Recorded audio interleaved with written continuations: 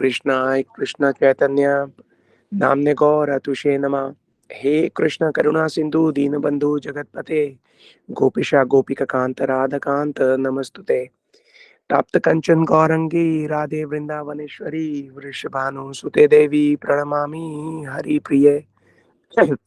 जय श्री कृष्ण चैतन्य प्रभु नित्यानंदा श्री अद्वैत गदाधर शिवासादि श्री गौर भक्त वृंदा। हरे कृष्णा कृष्ण कृष्णा हरे हरे, हरे राम राम राम हरे हरे। सर्वप्रथम मैं अपने दीक्षा गुरु नित्य लीला प्रविष्टा श्री श्रीमद् भक्ति वेदांता नारायण गोस्वामी महाराज जी के अभय चरण कमलों में अनंत कोटि दंडवत प्रणाम ज्ञापन करता हूँ। उनकी हेतु की कृपा की वांछा करता हूँ। तत्पश्चात मैं अपने शिक्षा गुरु नित्य लीला प्रविष्टा श्री श्रीमद् भक्ति वेदांता स्वामी महाराज श्रीला प्रभुपाद उनके अभय चरणों में भी अनंत कोटि दंडवत प्रणाम ज्ञापन करता हूँ। उनकी हेतु की कृपा की वांछा करता हूँ। तत्पश्चात आज हमारे साथ यहाँ जुड़े हुए सब वैष्णव वैष्णवियों के चरणों में यथा योग्य प्रणाम स्वीकार हो। जी, आज का जो दिन है वो बहुत बहुत शुभ है। जैसा हम सब जानते हैं कि नवरात्रि के दिन चल रहे हैं। माता रानी के दिन ये माने जाते हैं। साल में दो बार साल में दो बार हम देखते हैं कि माता रानी के जो नवरात्रे हैं वो आते हैं, हमें रिमाइंडर देने के लिए, हमें ये बताने के लिए, जगाने के लिए, सिखाने के लिए कि आखिर इस जगत में हम कर क्या रहे हैं, है ना। ये तो एक बार शरद नवरात्रि और एक बार चैत्र नवरात्रि में हम देखते हैं कि नवरात्रि आते हैं और उनका हम देखते हैं कि जो लिंक है, एक अनडिनाइबल लिंक जो है वो भगवान के साथ है। चैत्र नवरात्रि में हम देखते हैं कि नवरात्रि जब खत्म होते हैं तो वहां पे रामनवमी का शुभ दिवस आता है। इसका मतलब है भगवान का प्राकट्य दिवस आता है। शरद नवरात्रि में जब नवरात्रे पूरे होते हैं, 9 दिनों के बाद जो दिवस आता है वो होता है विजयदशमी का, है ना। इसका बहुत सिग्निफिकेंस है, उसके बारे में हम अभी थोड़ी देर में और बात करेंगे।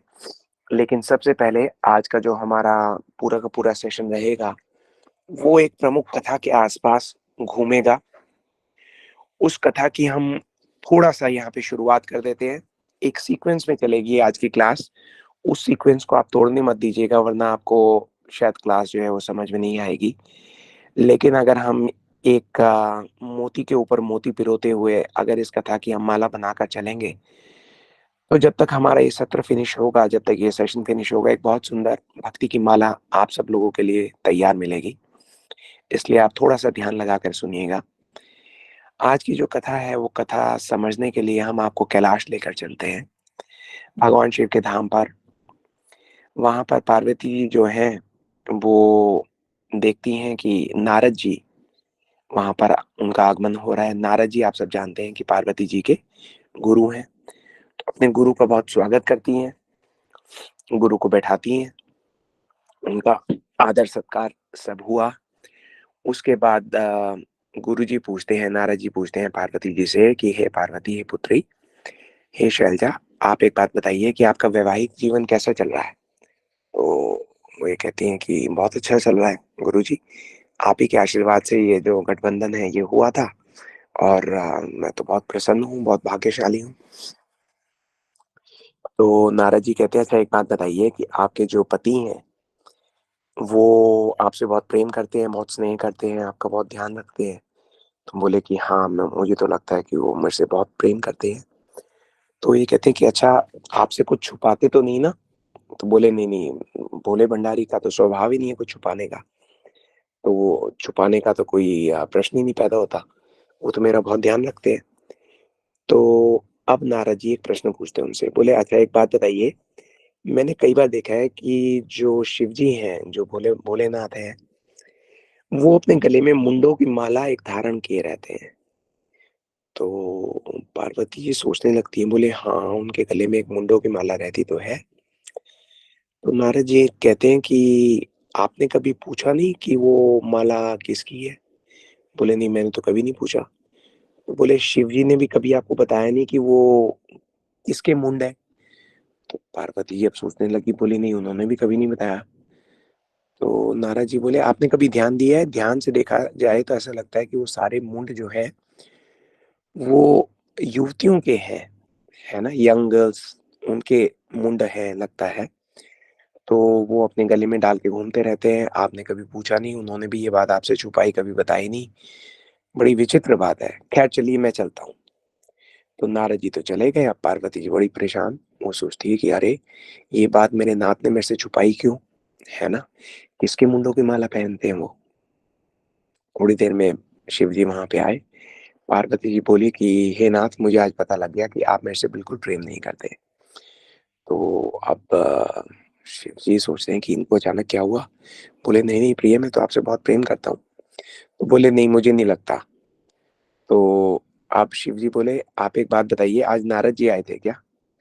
तो पार्वती जी कहती है कि आप तो बिना बात मेरे गुरु जी के पीछे पड़े रहते हैं। तो बोले नहीं नहीं, ठीक ठीक बताइए, वो आए थे? बोली हाँ वो आए थे। तो बोले क्या कह के गए हैं? तो पार्वती जी कहती हैं कि वो क्या कहेंगे, ये बात तो मेरे जानने की है। बोले बताइए क्या जानने की आपके बात, आपको बताई जाए। तो ये कहते हैं जानने की बात ये है कि आप, विवाह तो आपका मेरे से हुआ है, लेकिन आपने गले में ये जो मुंडों की माला पहनी हुई है, ये किनके मुंड है? आप ये माला क्यों पहने हुए हैं, मुझे बताइए। तो शिव जी कहते हैं अरे चलो छोड़ो, जाने दो, कोई और बात पूछो। पार्वती जी कहती है अरे नहीं, जाने क्यों दे, कमाल है। मुझे तो पहले ही शक हो रहा था कि आप मेरे से प्रेम नहीं करते, मेरे से आप बात छुपा रहे हैं। बताइए, आज तो मैं जान के रहूंगी। तो फिर शिव जी कहते हैं अच्छा पार्वती आप बैठिए, उनको बैठाते हैं। फिर उनको बताते हैं कि हे पार्वती, ये जितने भी आप मुंड देख रहे हैं, ये आप ही के हैं। आपने अब तक जितनी बार भी जन्म लिया है, हर बार जब भी आपने शरीर त्यागा है, तो मैंने आपके विरह में आपके जो मुंड हैं, उनको माला में पिरो के रखा है। क्योंकि मेरा आपसे इतना स्नेह है, इतना प्रेम है, इतना जुड़ाव है कि मैं आपके बगैर रह नहीं सकता। तो आपके विरह में आपके जो मुंड हैं, उनको मैं अपने गले से लगा के रखता हूँ। तो अब पार्वती जी कहती है ओ, ऐसा हो चुका है? तो शिव जी कहते हैं हाँ, शायद आपको सारे जन्म तो नहीं याद, लेकिन मुझे याद है कि आपने जब जब सती जी के रूप में जन्म लिया है, मेरे भगवान की लीला हुई है, उन लीलाओं के प्रति आपके मन में संदेह रहा है, और उस संदेह की वजह से आपसे कुछ गलती हुई है, कुछ अपराध हुए हैं, और उनके चलते आपने हर जन्म में अपना शरीर जो है वो त्याग दिया है। जैसे आपने शरीर त्यागा है, मेरे से आपका जो विरह है वो देखा नहीं गया। आप ही के मुंड हैं जो एक गले में मैं माला की तरह धारण करता हूँ। आप पार्वती जी उनसे ये कहती हैं कि हे नाथ, मुझे अब ये बार बार वाला चक्कर नहीं करना, मुझे दोबारा इस शरीर को नहीं त्यागना, मैं आपसे दूर नहीं रह सकती। मुझे दूसरे जन्म तक जो आपसे दूर रहना पड़ता है, वो मेरे लिए बहुत भयावह स्थिति है।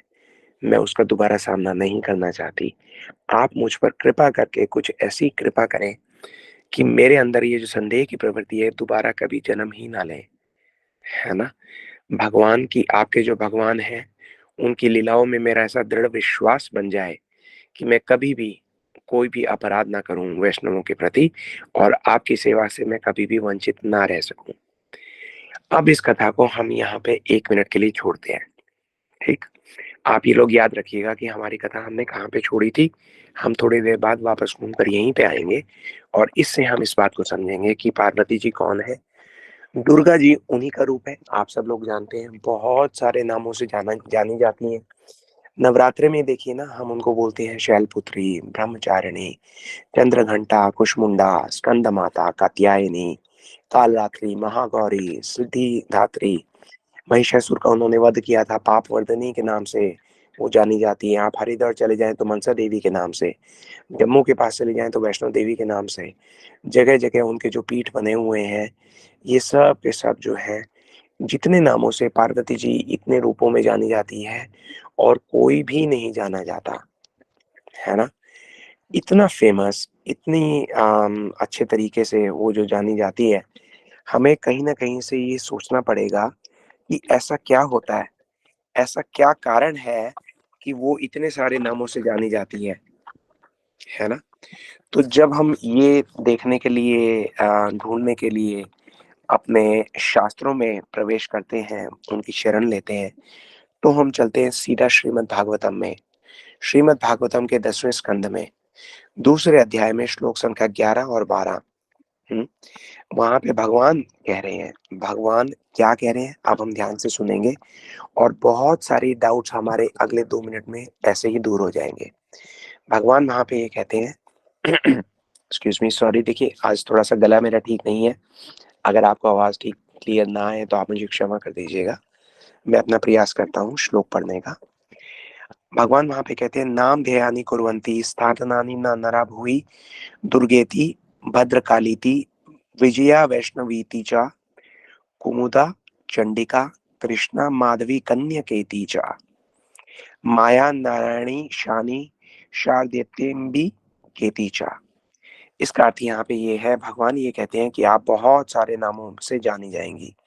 वो नाम क्या है ना? भगवान कह रहे हैं अपनी एनर्जी को, माया को, ये कह रहे हैं कि इस जगत पर लोग आपको बहुत सारे नामों से जानेंगे, जैसे कि दुर्गा, भद्रकाली, विजया, वैष्णवी, कुमुदा, चंडिका, कृष्णा, माधवी, कन्यका, माया, नारायणी, ईशानी, शारदा, अंबिका। और लोग आपको बहुत आदर देंगे, आपको बहुत आपका विभिन्न-विभिन्न प्रकार की शैलियों से आपकी पूजा करेंगे, आपकी आराधना करेंगे, आपका आशीर्वाद लेना चाहेंगे। तो भगवान ये सब कह रहे हैं। अब क्वेश्चन ये आता है कि भगवान किनसे कह रहे हैं? वो कौन है जिनको भगवान कह रहे हैं कि आप इतने सारे नामों से जानी जाएँगी? इतने सारे लोग विभिन्न-विभिन्न रूपों में आपकी बहुत पूजा करेंगे, आपकी अर्चना करेंगे, आपकी आराधना करेंगे, आपको प्रसन्न करने का प्रयास करेंगे। तो ये कौन है? ये है भगवान की माया, है ना? भगवान की शक्ति है। भगवान की शक्ति ऐसे ही है जैसे आप ये समझिए इलेक्ट्रिसिटी होती है, बिजली। बिजली को भगवान चाहे जैसे इस्तेमाल कर सकते हैं। अगर वो बिजली एसी में लगा देते हैं, तो ठंडी हवा आने लगती है। अगर उसे हीटर में लगा देते हैं, तो गर्म हवा आने लगती है। ऐसे ही भगवान की जो शक्ति है, वो है योग माया, है ना? वो भक्तों को भगवान से मिलन का कार्य कराती है। और एक और शक्ति है भगवान की, वो है महामाया। महामाया उन जीवों के लिए है जो भगवान की ओर उन्मुख नहीं है, भगवान की ओर पीठ किए बैठे हैं और अपने जीवन को व्यर्थ किए जा रहे हैं। तो भगवान की ये शक्ति जो महामाया है, ये दुर्गा के नाम से जानी जाती है। अब दुर्गा का क्या मीनिंग है, इसकी ओर हम बढ़ना आरंभ करते हैं। दुर्गा का मतलब है कि दुर्ग की इंचार्ज। दुर्ग क्या है? दुर्ग का मतलब है कि एक जेल। हम्म, एक दुर्ग, दुर्गम स्थान, एक ऐसा किला जहां से कोई निकल के ना जा सके। ये संसार ही वो किला है जिसे दुर्ग कहा गया है। और इस संसार की जो इंचार्ज हैं वो दुर्गा देवी हैं। एक रूप में नहीं, अनेकों रूप में है। और ये सब एक्सपेंशन किनकी है? पार्वती जी की है। पार्वती जी की एक्सटेंशन क्यों है, इसके लिए भी हम 1 मिनट समझने का प्रयास करते हैं। भगवान जब पूरी सृष्टि की रचना कर देते हैं तो भी ये पूरी सृष्टि जो है ये जड़ होती है। हमने पहले भी एक क्लास में जो सृष्टि की संरचना की एक क्लास हुई थी, अब तो कुछ समय हो गया। अगर आप लोग चाहेंगे तो उस विषय पर एक बार दोबारा भी क्लास हो सकती है। उसमें हमने समझा था कि किस प्रकार से भगवान इस सृष्टि का निर्माण करते हैं। ये जड़ होती है। भगवान देखते हैं कि इसको इस सृष्टि में जो है वो प्रकृति के 3 गुण रहेंगे। भगवान जो है वो प्रकृति के गुणों से परे रहते हैं, है ना? इसलिए भगवान अपना एक अंश शिव जी इस जगत में भेजते हैं। शिव जी जो हैं वो इन गुणों के संपर्क में रहते हैं। भगवान स्वयं नहीं रहते, शिव जी रहते हैं। तो भगवान की ये जो माया है और शिव जी जो है इस प्रकृति के गुणों के साथ संपर्क में आते हैं और आकर इस जगत में जीव शक्ति और काल शक्ति का संचारण करते हैं, ताकि ये जो जड़ संसार है ये चेतन हो जाता है। ये शॉर्ट में समझने के लिए, बताने के लिए। तो शिव जी के साथ ये जब शक्ति आती है तो ये पार्वती जी हैं और उन्हीं के एक्सपेंशन किस्म-किस्म से अलग-अलग रूप में यही कार्य करती हैं जो दुर्गा जी मेन अपने दुर्ग के संचालन के लिए किया करती हैं। दुर्गा का मतलब अभी हमने समझा जेलर, है ना? जेलर और जेल। तो यहाँ हमें एक बात और समझनी पड़ेगी कि ये जेल क्या है और क्यों बनाई गई है। हुँ? देखिए, ये जेल बनाई गई है उन लोगों के लिए जो सीधा-सीधा सुधरना नहीं चाहते, हमारे जैसे लोग। एक जीवात्मा जब भगवान से विमुख होकर इस संसार में भोग की इच्छा से आती है, तो उसका वही हाल होता है जिस प्रकार से एक सोसाइटी में हम देखते हैं कि किसी क्रिमिनल का होता है। उसने कोई क्राइम किया, तो अब वो दोबारा वही-वही क्राइम करता रहेगा, तो उसकी जो क्राइम की डिग्री है बढ़ती जाएगी, आपराधिक प्रवृत्ति उसके काबू से बाहर हो जाएगी। इसलिए एक प्रावधान दिया जाता है कि जो कानून है वो उसे पकड़ता है, जेल में डालता है ताकि वो व्यक्ति जो है और अपराध ना कर पाए और सोचे भी कि मैंने ये अपराध किया ही क्यों? अगर मैं ये अपराध ना करता तो मैं यहाँ जेल में ना होता। अब मुझे जब मौका मिलेगा तो मैं इस जेल से बाहर निकल जाऊँगा, है ना? इसलिए जेल बनाई जाती है। तो ये जो संसार है जिसमें हम हैं, ये यहाँ पर प्रकृति के 3 गुणों के अंदर हम लोग जो हैं, वो स्वयं को शरीर समझकर इस शरीर को सुखी रखने की आशा के साथ भिन्न-भिन्न प्रकार के जो है पापपूर्ण कार्यों में लिप्त होते हैं। जो दुर्गा जी हैं, इतने सारे नाम अभी हमने देखे, इतने सारे अलग-अलग दिनों में उनके अलग-अलग रूप से, अलग-अलग तरीके से लोग पूजा करते हैं, उनको प्रसन्न रखने का प्रयास करते हैं। दुर्गा जी के प्रति हम देखते हैं एक स्वाभाविक ही एक भक्ति जो है वो जग जाती है। उसका कारण क्या है? उसका कारण ये है लोग इतना तो समझते हैं, प्रकट रूप से नहीं तो इनडायरेक्ट रूप से ही ये समझते हैं कि हम जेल में हैं और यहाँ पर हम दुखी रहेंगे। लेकिन हमें इस दुखी वाले जगह पर भी अगर कोई सुख की किरण दिखती है तो उनको वो पहली किरण जो आसानी से समझ में आ जाती है, क्योंकि व्यक्ति का दिमाग इतना विकसित नहीं होता कि वो भगवान को सीधा-सीधा समझ सके। तो भगवान की ही करुणा का एक रूप, भगवान की शक्ति का ही एक रूप जो महामाया है, जो पार्वती जी का रूप है, उनको देखकर उनको ऐसा लगता है कि ये हम पे शायद कोई दया करेंगी, है ना? तो इसलिए वो उनसे प्रार्थना करते हैं। दुर्गा जी वो ये कहती हैं कि तुम्हें तो इस जेल में रखा ही केवल इसलिए गया है ताकि तुम मेरे स्वामी, मेरे भगवान की तरफ मुड़ सको, उनकी भक्ति की इच्छा अपने मन में पैदा कर सको। जैसे ही वो होगा मैं तुम्हें स्वयं इस जेल से निकाल दूँगी। लेकिन अगर तुम इस जेल में खुश रहने का प्रयास करोगे, अगर तुम ये प्रयास करोगे कि ओहो जेल है, हम बहुत मेहनत करके फर्स्ट क्लास जेल में चले जाते हैं, सेकंड क्लास जेल से फर्स्ट क्लास जेल में चले जाते हैं, तो मैं तुम्हें फर्स्ट क्लास जेल में भी खुश नहीं रहने दूँगी। दुर्गा जी के हाथ में जो त्रिशूल है, उसके 3 फल हैं, 3 जो उसकी नोक हैं, नुकीले फल, वो हमें चुभते रहते हैं। वो 3 प्रकार की हमारी जो कष्ट हैं उनको सिग्निफ़ाई करता है, आदि भौतिक, आदि दैविक और आध्यात्मिक। आदि भौतिक हो गया दूसरों के द्वारा दिए गए, आदि दैविक हो गया देवताओं के द्वारा दिए हुए, जैसे भूकंप आ गया, बाढ़ आ गई, सर्दी, गर्मी। आध्यात्मिक होता है हमारा स्वयं का, है ना? हमारा स्वयं का जो दिमाग है वो कई बार हमें परेशान कर देता है, जबकि देखा जाए तो कोई कष्ट का कारण नहीं होता। लेकिन ये जो 3 कारण हैं, ये हमें इस जगत में किसी न किसी तरीके से ये बताते हैं, ये सिखाते हैं कि हम यहाँ पर प्रसन्न रह ही नहीं सकते। अगर हम इस गलतफ़हमी के शिकार रहे हैं कि हम इस जगत में प्रसन्न रहेंगे, तो हम कभी भी इस जेल से बाहर निकल नहीं सकते। और ये जो दुर्गा जी हैं, ये इतनी करुणामयी हैं, हालाँकि इनका जॉब जो है वो बहुत मुश्किल है, प्रोफ़ाइल जो है वो काफ़ी डिफ़िकल्ट है, लेकिन फिर भी ये कहती हैं कि मैं अपना प्रयास जारी रखूँगी, इनको ये सिखाने के लिए कि इस जेल में रहते हुए आप प्रसन्न नहीं रह सकते, यहाँ से बाहर निकलने का प्रयास कीजिए। और ये मुड़कर जैसे ही मेरी कोई बात मानना शुरू करेंगे, जैसे ये मुझे फ़ॉलो करना शुरू करेंगे, मेरी भक्ति के लिए एक कदम भी उठाएँगे, तो मैं धीरे-धीरे, धीरे-धीरे इनमें उन गुणों का विकास कर दूँगी, जिन गुणों के द्वारा आगे जाके इनको भक्ति करनी आसान हो जाए। अब आप यहाँ से अगली बात पकड़िए। जैसे मैंने आज कहा था कि आज की क्लास बिल्कुल सीक्वेंस में चलेगी। एक-एक करके हम जो तत्व के मोती हैं, वो भक्ति के धागे में पिरो रहे हैं। अब तक हमने ये समझ लिया कि ये जेल है, जेलर दुर्गा जी हैं। दुर्गा जी कहती है मेरे पास त्रिशूल है, मैं आपको परेशान करूँगी जब तक आप भगवान की भक्ति के लिए तत्पर नहीं हो जाते। और जब आप तत्पर होंगे, तो पहले आप दुर्गा जी की तरफ जाएँगे। दुर्गा जी को प्रसन्न करने के लिए आप क्या-क्या करेंगे, वो किस प्रकार से आपको दुर्गा जी के जो भगवान हैं, उनकी भक्ति में सहायक सिद्ध होंगे, इसके बारे में हम ज़्यादा नहीं 2 उदाहरण पकड़ के चलते हैं। आप देखते हैं अपने आस-पास के लोग भी जिनका ये कह लीजिए कि आचार-विहार, उनके रहने का तरीका जो है, सदाचार तो उनके जीवन से लुप्त प्राय ही है। ये 1 मिनट दीजिएगा, मैं पानी पी लूँ।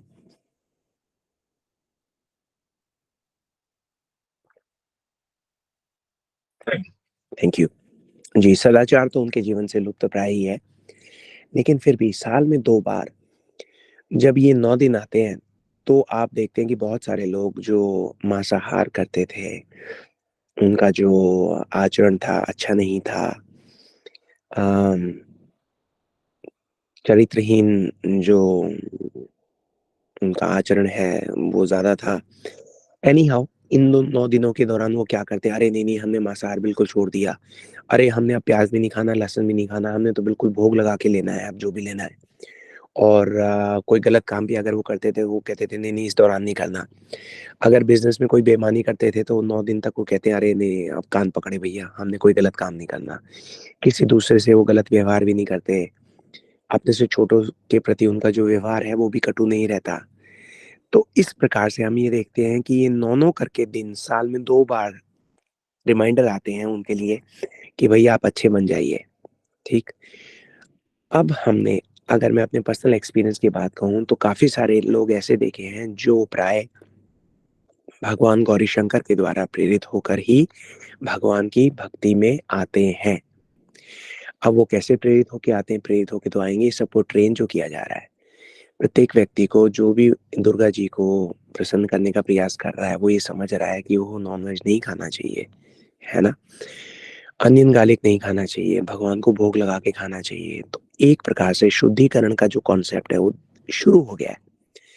विकसित नहीं भी हुआ है, लेकिन शुरू हो गया है और शुरू होते, होते, होते, होते जब एक दिन उनके मन से जो माँगने की इच्छा है, वो कम हो जाती है और उनके मन में जो दुर्गा जी के प्रति उनका जो भक्ति भाव है, वो थोड़ा-सा प्रगाढ़ हो जाता है, तो हम देखते हैं कि ये व्यक्ति अपने अगले जीवन में भक्ति के मार्ग पे अगला कदम लेने के लिए अ, तैयार हो रहा है ना? प्रत्येक व्यक्ति जो भी भगवान कृष्ण की भक्ति में आता है, वो शिव जी और पार्वती जी की कृपा से ही आता है। ये कृपा आज के दिन में हम जो बात कर रहे हैं, वो दुर्गा जी की बात कर रहे हैं या मान लीजिए आप पार्वती जी की ही बात हो रही है, ठीक है? आप ये देखिए कि चलिए इस बात को आप समझ ही गए हैं। एक छोटी-सी कथा हम और करते हैं कि दुर्गा जी जब ये देखती हैं कि कोई व्यक्ति भगवान का भक्त है, उसके प्रति उनका व्यवहार कैसा रहता है, इस बात को हम एक श्रीमद् भागवतम की कथा से समझने का प्रयास करेंगे। कथा है जड़ भरत जी की। आप सब लोग तो देखिए भक्त हैं। आप इन सब कथाओं से भली-भाँति परिचित हैं, लेकिन फिर भी हम शॉर्ट में उसको कर देते हैं। आप सब जानते हैं कि हमारे देश का नाम भारत जिनके नाम पर पड़ा वो भरत महाराज, उन्होंने अपना राजपाट जो है अपने पुत्रों को दे दिया, जंगल में चले गए भक्ति करने के लिए। लेकिन एक गलती हो गई, जो साधु संग है वो उनका छूट गया, उनको लगा कि शायद एकांत में जाकर भक्ति अच्छी होगी। लेकिन साधु संग जो है वो सबसे बड़ी वस्तु है, भक्ति का एक अंग। चलिए जंगल में चले गए, साधु संग नहीं भी था तो भी एक दिन क्या हुआ, वो नदी के किनारे जा रहे थे, तो एक गर्भवती हिरन जो है उसने अपने बच्चे को जन्म दिया और अपना खुद का शरीर त्याग दिया। छोटा बच्चा वहाँ पर बिना माँ-बाप के उसको देख के भरत महाराज का जो हृदय था, वो करुणा से भर आया, द्रवित हो गया। उन्होंने उस बच्चे का थोड़ा ध्यान रखना शुरू किया। वो बच्चा उन्हें अपना समझकर उनके आस-पास घूमता रहा। अब भरत महाराज जो जंगल गए थे भगवान की भक्ति करने के लिए, भक्ति में उनके व्यवधान आने लगा। उन्हें वो हिरन का बच्चा याद आने लगा कि अरे उसने कुछ खाया-पिया, क्या था, क्या नहीं था, वो उन्हीं के आस-पास घूमता रहता था। एक दिन हिरनों का झुंड आया, उनके साथ वो बच्चा चला गया। भरत महाराज को लगा अरे वो गुम हो गया, उसको ढूँढते-ढूँढते कहीं गए, अंधेरा हो गया था, खाई में गिर गए, उनका शरीर का त्याग हो गया। क्योंकि हिरन उनके चित्त में था, मरने के वक़्त जो ध्यान रहता है वही गति हो जाती है, जैसी मति वैसी गति। अगला जन्म उनको हिरन का मिला लेकिन क्योंकि उन्होंने भक्ति की थी इसलिए उनको याद था कि उनसे क्या गलती हुई थी। भगवान का ध्यान करते रहे, वो शरीर त्यागा तो इस बार उनको शरीर मिला, अम, मानव शरीर मिला, लेकिन उन्होंने डिसाइड किया कि इस बार मैं कुछ बोलूँगा ही नहीं। मैं किसी से कुछ ध्यान लगाऊँगा ही नहीं, मैं केवल और केवल अंदर-अंदर भगवान की भक्ति करूँगा। लोग उनको जड़ भरत कहने लग गए, जड़ मतलब मूर्ख व्यक्ति हो जैसे, हालाँकि वो मूर्ख नहीं थे, अंदर से तो बहुत बड़े भक्त थे। तो एक दिन क्या हुआ कि डाकू लोग जो थे वो माता रानी के बहुत भक्त थे। और वो किसी की बलि चढ़ाने के लिए ढूंढ रहे थे। उन्होंने इनको पकड़ लिया और इनको अपने साथ ले गए, इनको तैयार किया बलि के लिए। और जैसे ही इनकी बलि चढ़ाने लगे माता रानी के आगे, माता रानी ने देखा कि ये जिसकी बलि चढ़ा रहे हैं वो तो मेरे प्रभु का, मेरे भगवान का भक्त है। तो बोले मेरे भगवान के भक्त के ऊपर कोई प्रहार करे। तो माता रानी वहां पे अपने विग्रह को फाड़ कर प्रकट हो गई। सारे जो डाकू थे, दस्यु लोग जो थे, वो सारे वो बड़े हैरान हुए। उन्होंने कहा अरे ये क्या हुआ। और इतने में माता ने, इसके पहले कोई कुछ समझ पाता, अपना वो निकाला तलवार और सबके जो है मुंड काटने लगी, उड़ाने लगी वहां पे हवा में काट काट के। तुम्हारी ये हिम्मत कि मेरे भगवान के भक्त के प्रति तुम कोई अपराध कर पाओ। सारे उन्होंने वहां पे उनके सर काट दिए, हवा में उड़ने लगे उनके सर, और वो उनसे ऐसे खेलने लगी जैसे कोई बच्चा बॉल से खेलता है ना। तो यहाँ पे संबंध प्रकट होता है कि वो क्या चाहती हैं, दुर्गा जी क्या चाहती हैं, किनको देख के प्रसन्न होती हैं, भगवान के भक्त को देख के प्रसन्न होती है। ऐसे एक नहीं, बहुत सारे उपाख्यान आते हैं, लेकिन आज थोड़ा समय कम है।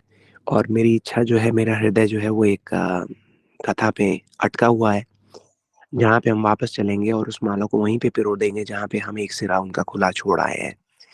एक सिरा जो है हम खुला छोड़ के आए हैं, वो खुला छोड़ के आए हैं जहाँ पे पार्वती जी कह रही हैं कि ऐसा क्या हो कि ये जो जन्म मृत्यु का चक्कर है उसमें मुझे वापस ना पड़ना पड़े। क्योंकि उनका ये कहना, देखिए पार्वती जी जो है, सती जी जो है, दुर्गा जी जो है, वो, उनका जो रोल है ना वो एक माँ का रोल है। ठीक है। एक माँ जो है अपने बच्चों को सिखाने के लिए कैसे कैसे बलिदान देती है, दुर्गा जी उसका एक रूप है, सती जी उसका एक रूप है, पार्वती जी उसका एक उदाहरण है। अब ध्यान से आप कान खोल के सुनिए वो कैसे। हम्म? अ, देखिए जिस प्रकार से एक बच्चा जब नया नया चलना सीखता है तो उसको समझ में नहीं आता कि वो खड़ा कैसे होगा। ठीक है।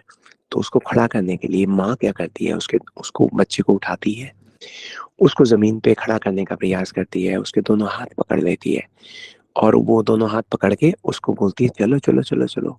और वो पीछे पीछे चलने लगती है। मतलब माँ जो है बच्चे को देख रही है और पीछे चल रही है, उल्टे कदम भर रही है। और उसको देख के जो बच्चा है, जो बालक है छोटा सा, वो भी हंसते हंसते माँ की ओर बढ़ने लगता है और धीरे धीरे वो अपना पहला कदम उठाता है ना। माँ उसे उत्साहन देती है, प्रोत्साहन देती है, उत्साह देती है। वो बच्चा अपना दूसरा कदम उठाता है और धीरे धीरे बच्चा जो है वो चलना सीखता है। जब माँ ये कर रही होती है तो कोई मूर्ख व्यक्ति दूर से अगर देखे तो वो ये सोच सकता है कि अरे देखो, माँ को चलना भी नहीं आता, उल्टा चल रही है, बताओ इसको सीधा चलना तक नहीं आता। लेकिन वो माँ जो उल्टा चल रही है वो शिशु को दिखाने के लिए, चलाने के लिए, उसे चलना सिखाने के लिए कर रही है। तो उसी प्रकार से, क्योंकि दुर्गा जी जब ये देखती हैं कि इस दुर्ग में, इस जेल में ये सारे लोग, कैदी जो हैं, ये कितना दुख उठा रहे हैं, और ये दुख एक ऐसा दुख है, इस संसार का दुख है जो घूम घूम के वापस आता रहेगा, इनको सताता रहेगा, और ये मूर्ख ऐसे हैं कि ये इसमें से निकल भी नहीं पाएंगे। इसलिए बहुत रूप लेकर जगह जगह हमें वो मौका देती हैं जहां पर हम किसी प्रकार से अपने चित्त की थोड़ी सी शुद्धि के लिए माता रानी को प्रसन्न करने का कोई प्रयास करें।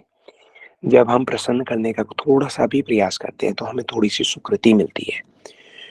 उस सुकृति के सहारे हम अगला प्रयास करते हैं, और धीरे धीरे धीरे जन्मों जन्मों की जब सुकृति थोड़ी सी इकट्ठी हो जाती है तो फिर हम जब दुर्गा जी की पूजा करते हैं, कुछ मांगने की इच्छा से नहीं करते, उनको प्रसन्न करने की इच्छा से करते हैं। और जब हम ये कर लेते हैं, है ना, तो वो हमें उन आदतों को प्रदान करती हैं, हमें वो वर देती हैं जिससे हमारे अंदर भक्तों वाले गुण आ सकते हैं। अब हमें क्या करना चाहिए और क्या नहीं करना चाहिए, इसको सिखाने, कराने, बताने के लिए देखिए उनको क्या क्या करना पड़ता है। अब उस कथा में हम प्रविष्ट होते हैं। ठीक। रामचरितमानस की ओर चलते हैं। देखिए रामचरितमानस, अब दशहरा आने वाला है, फिर दिवाली आएगी। राम जो है वो भारत की आत्मा है, रामचरितमानस जो है वो भारत की आत्मा का आचरण है। हम ये देखते हैं कि सब लोग, हमारे घरों में शुरू से ही रामायण का पाठ जो है वो हो जाता था। अवधि में लिख दिया रामचरितमानस को तुलसीदास जी ने, ताकि हमारे जैसे मूढ़ लोग भी समझ पाए, भगवान की कथा का आनंद ले पाए। तो ये जो राम जी की कथा है, हम देखते हैं कि 4 जगह कही गई है। किस-किस जगह कही गई है? एक तो तुलसीदास जी कह रहे हैं, आज तक कह रहे हैं, हमसे कह रहे हैं। नाग भूसंडी जी कह रहे हैं, शिव जी कह रहे हैं पार्वती जी को, और याज्ञवल्क मुनि कह रहे हैं भारद्वाज मुनि को। अब ये जो याज्ञवल्क मुनि कह रहे हैं भारद्वाज मुनि को, आप लोगों को मेरी आवाज़ क्लियर आ रही है? मेरा आज गला ठीक नहीं है, मैं ऊँचा नहीं बोल पा रहा। आप लोग कोई कंफर्म कर सकते हैं कि आपको आवाज़ क्लियर आ रही है? हरे कृष्णा प्रभु जी, क्लियर है प्रभु जी। जी, धन्यवाद। मैं फ़ोन बहुत पास रखा हुआ है ताकि आपको कुछ तो आवाज़ आ ही जाए। वो कारण मेरा पूछने का ये है कि पूरा का पूरा जिस सीक्वेंस में आज हम कथा चला रहे हैं, उसके लिए बहुत आवश्यक है कि आप लोगों को क्लियर समझ में आती जाए, ताकि हमारी जो आज की भेंट है, ये माला है, जो कथा की माला है, वो पूरी हो पाए। तो प्रयागराज में हम सब जानते हैं कि प्रयागराज में जब भी संगम आता है, जगह-जगह से साधु लोग वहाँ पर एकत्र होते हैं, और उसके बाद वहाँ पर स्नान करने के बाद चले जाते हैं।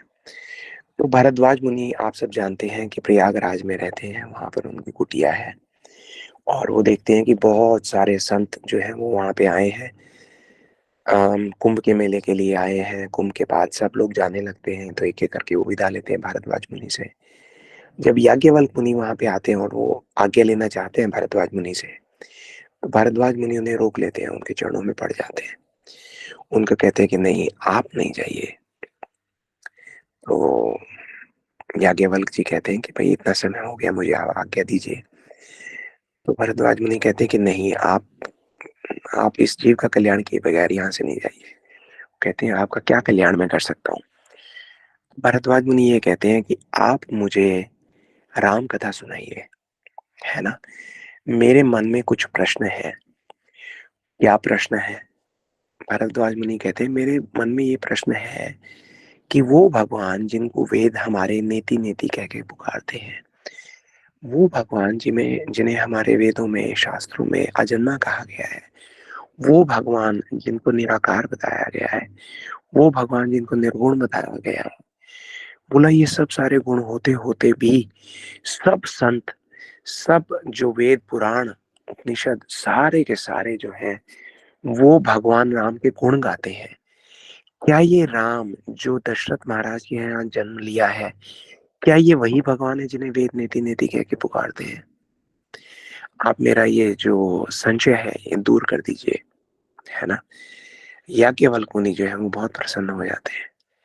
देखिए, ये साधु की परिपाटी है, वैष्णव की परिपाटी है कि जब भी कोई उनसे जिज्ञासा करता है भगवान के बारे में जानने की, तो बहुत प्रसन्न हो जाते हैं। याज्ञवल्क्य मुनि कहते हैं कि ठीक है, मैंने आपका प्रश्न जो है वो समझ लिया, और अब आपके प्रश्न के अनुसार मैं आपको अ, कथा सुनाऊँगा, है ना? अब कथा जब वो सुनाते हैं, तो वो ये कहते हैं सबसे पहले, कहते हैं कि हरि कथा के तेई अधिकारी, जिन्हें सत्संगत अति प्यारी। भगवान की कथा कौन सुन सकता है? भगवान की कथा वो सुन सकता है जिसे सत्संग जो है वो बहुत प्रिय हो, है ना?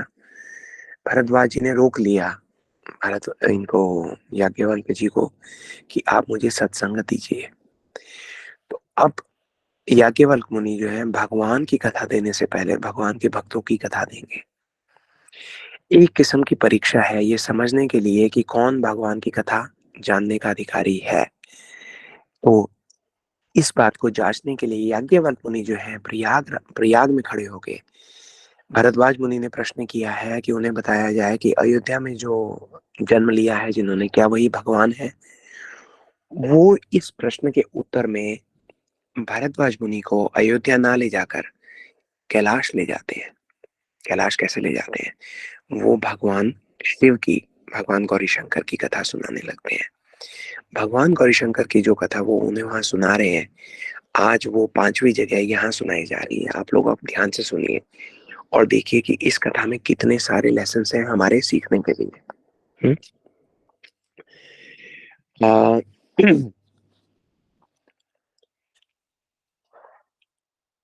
याज्ञवल्क्य मुनि, सॉरी थोड़ा-सा पानी और याज्ञवल्क्य मुनि जो है वो भरद्वाज मुनि से कहते हैं कि देखिए एक बार की बात है ना? अब ये जब-जब अगर आपने रामचरितमानस पढ़ी है तो आप ये समझ लीजिए कि जहाँ भी ये बोला गया है पूरी रामचरितमानस में कि एक बार की बात है ना? तो वहाँ कुछ ना कुछ गड़बड़ हुई है, वहाँ कुछ ना कुछ विशेष हुआ है। तो वो ये बताते हैं कि एक बार की बात क्या है कि शिव जी और सती जी, पार्वती जी नहीं सती जी, कैलाश पे बैठे हुए थे। भगवान शिव जो हैं वो अपने ध्यान में डूबे हुए थे। ध्यान में डूब के वो ये देख रहे थे कि मेरे प्रभु राम जो हैं वो धराधाम पे गए हुए हैं, धरती में गए हुए हैं और वहाँ पे अपनी जो अलौकिक लीला है उसको प्रकाशित कर रहे हैं। उसमें वो ये देखते हैं कि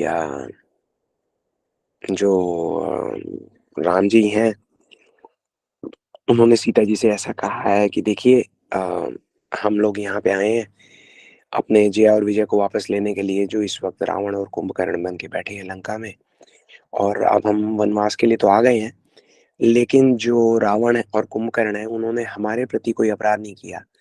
अब ऐसा कोई रीज़न नहीं है हमारे पास कि हम उनसे लड़ाई करें और उनको शरीर से मुक्त करें और वापस अपने धाम भेज दें। तो उसके लिए मैं एक लीला रचूँगा, उसमें रावण जो है वो आपका हरण करेंगे, लेकिन वो आपका हरण कर नहीं सकते। इसलिए मैं आपसे ऐसी प्रार्थना करता हूँ कि आप कुछ समय के लिए अग्नि में प्रवेश कर जाइए और अपनी एक छाया यहाँ पर छोड़ जाइए जिसका हरण रावण कर सके, ताकि हमें एक कारण मिले, एक रीज़न मिले और हम उसको अम, उनका वध करके उनको वापस वैकुंठ धाम ले जाएँ जय और विजय को, जो कि रावण और कुंभकर्ण है। तो शिव जी देख रहे हैं कि अच्छा-अच्छा ऐसा हो रहा है। फिर सीता जी जो है वो अग्नि में प्रवेश कर जाती हैं, वो अपनी एक छाया छोड़ देती हैं। फिर वो सब सारी लीला हो रही है, रावण आया है, माता की छाया को ले गया है। तो ये देखते-देखते अब जो है शिव जी के मन में एक उत्कंठा आती है कि ये जो जो मैं देख रहा हूँ, ये लीला, काश मैं इसे कथा रूप में सुन पाता, है ना? जी, देखिए आप सब जानते हैं कि हरि कथा हरि अनंत, हरि कथा अनंता, कहत सुनी बहुविधि सब संता। तो ये जो संत हैं, इनको बहुत आनंद आता है कि हरि कथा एक-दूसरे को सुनाएँ, एक-दूसरे से सुने। तो इस इच्छा के साथ शिव जी जो है वो सती जी को कहते हैं चलिए, चलिए, चलिए। सती जी कहती है कहाँ चलिए? कहते चलें हम कुंभज मुनि के आश्रम में चलते हैं, अगस्त्य मुनि के आश्रम में चलेंगे, दक्षिण भारत में रहते हैं। तो सती जी कहती है अच्छा ठीक है, चलो चलते हैं। तो रास्ते में पूछती है कि हे नाथ कहाँ हम भागे जा रहे हैं? हम वहाँ जा क्यों रहे हैं? तो शिव जी कहते हैं उनसे कथा सुनेंगे। अब सती जी सोचती हैं कि अरे! कथा सुनेंगे? कौन-सी कथा सुनेंगे नाथ? तो शिव जी कहते हैं मैं अपने प्रभु राम की उनसे कथा सुनना चाहता हूँ। अब सती जी सोचती हैं भई कथा तो पूरे विश्व में सबसे अच्छी जो है वो शिव जी स्वयं करते हैं। ये और अगस्त्य मुनि का नाम ले रहे हैं, अगस्त्य मुनि तो स्वयं आते हैं इनसे कथा सुनने के लिए। इनके चरण धोते हैं, ये सब सारा करते हैं। तो ये उनके पास क्या करने जा रहे हैं? मुझे भी लेके जा रहे हैं। पता नहीं इनके मन में क्या चल रहा है? ऐसा सोचकर जो सती जी हैं, ऐसा उनके मन में विचार आता है। ठीक? तो अभी ये जो विचार है उनके मन में आ गया, तो शिव जी के मन में तो एक ही विचार चल रहा है और वो ये है कि उन्हें अपने भगवान प्रभु श्री राम की कथा जो है, वो सुननी है, सुननी है, सुननी है। तो जी, ठीक है। अब ये सब सारी जो कथा है, ये सुना रहे हैं याज्ञवल्क्य मुनि जी भारद्वाज जी को। तो उनको वो बताते हैं कि एक बार त्रेता जुग माही शंभु गए कुंभज ऋषि पाहीं। संग सती जग जननी भवानी पूजे ऋषि अखिलेश्वर जानी।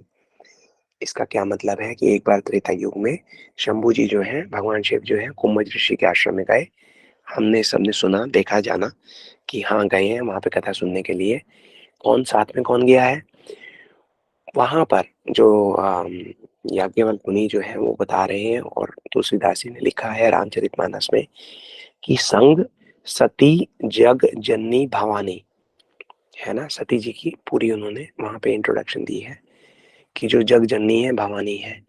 पूजे ऋषि अखिलेश्वर जानी, ऋषि कुमज ऋषि ने देखा तो उन्होंने उनकी पूजा की, उनके चरण धोए, उनका जो था चरणाभिषेक उन्होंने अपने सर पे लिया, उनको आसन दिया, उनका इतना आदर किया। तो कहा कि भैया आप कैसे आए?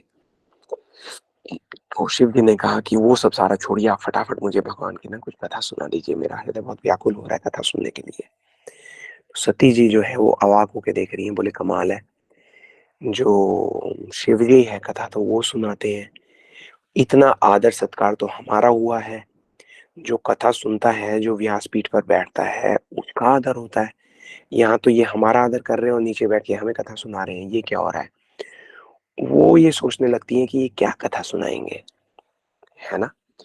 तो कथा नहीं सुनती वो, कथा की ओर उनका ध्यान नहीं जाता। वो सोचती है कि वक्ता में कोई दोष है, इनके पास वो एलिजिबिलिटी नहीं है कि मुझे भगवान की कथा सुना पाए, है ना।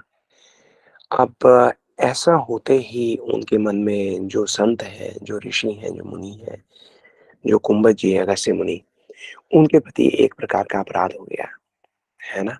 अभी हमने सुना कि राम कथा के तेई अधिकारी, जेई सत्संगति अति प्यारी। तो अब राम कथा तो उसी को मिलेगी जिसको सत्संगति प्यारी होगी। यहाँ पे सत्संगति के प्रति अपराध हो गया, सती जी से अपराध हो गया। तो तुलसीदास जी लिखते हैं कि राम कथा मुनि बरज बखानी, बहुत सुंदर कथा उन्होंने बखान किया। सुनी महेश परम सुख मानी। अब बैठे तो महेश भी हैं और सती जी भी हैं, लेकिन यहाँ पर तुलसीदास जी कहते हैं कि सुनी महेश, इसका मतलब सती जी ने सुनी भी नहीं। परम सुख मानी, उन्होंने परम सुख उसको माना, ठीक। अब ऐसा जब हो गया तो उस अपराध का फल भी तो मिलना था ना।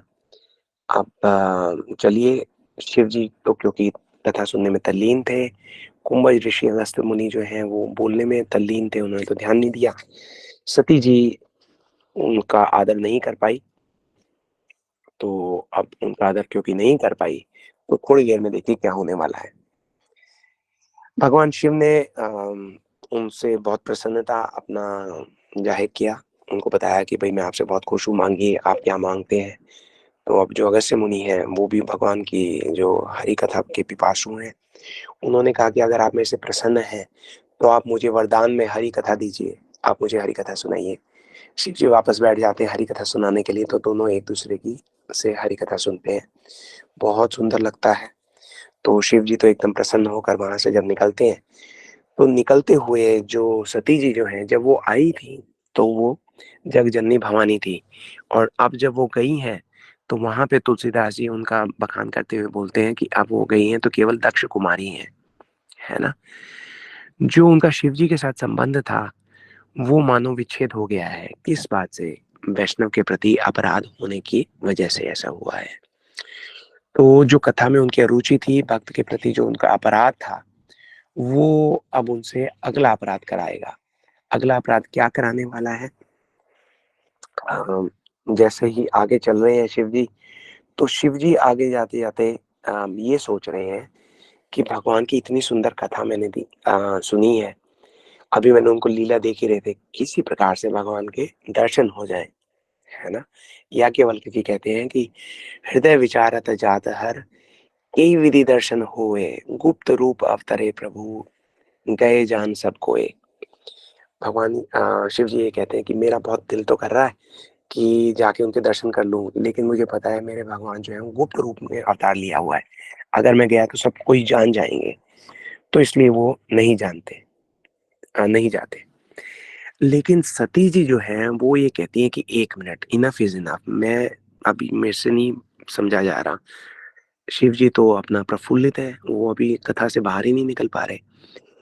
तो सती जी कहती है कि भाई मुझे समझ में नहीं आ रहा कि आप उनको भगवान कहे जा रहे हैं जो अपनी पत्नी के लिए रो रहे हैं, है ना, जंगल में मैं देख रही हूँ, और वो पेड़ से, हिरन से, पंछियों से, डाल से, वृक्ष से, पत्तों से, पुष्पों से पूछ रहे हैं, हाय मेरी सीता कहाँ है, हाय मेरी सीता कहाँ है।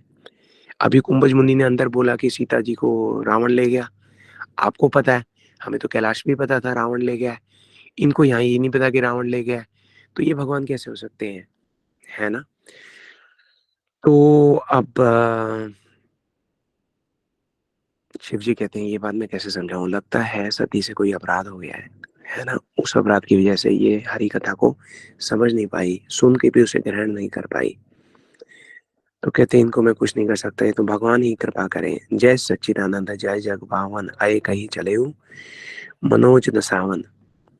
तो अब सती जी कह रही है, अरे सच्चिदानंद कह रहे हैं आप, ये सच्चिदानंद हो कैसे सकते हैं। ये तो अपनी एक आम व्यक्ति की तरह अपनी पत्नी के विरह में इतना परेशान चल रहे हैं, इनको कोई क्लू ही नहीं है कि इनकी पत्नी कहाँ पे है। इनको आप सच्चिदानंद कह रहे हैं, कमाल है, आप भी इमोशनल होके कुछ भी फील करने लगते हो।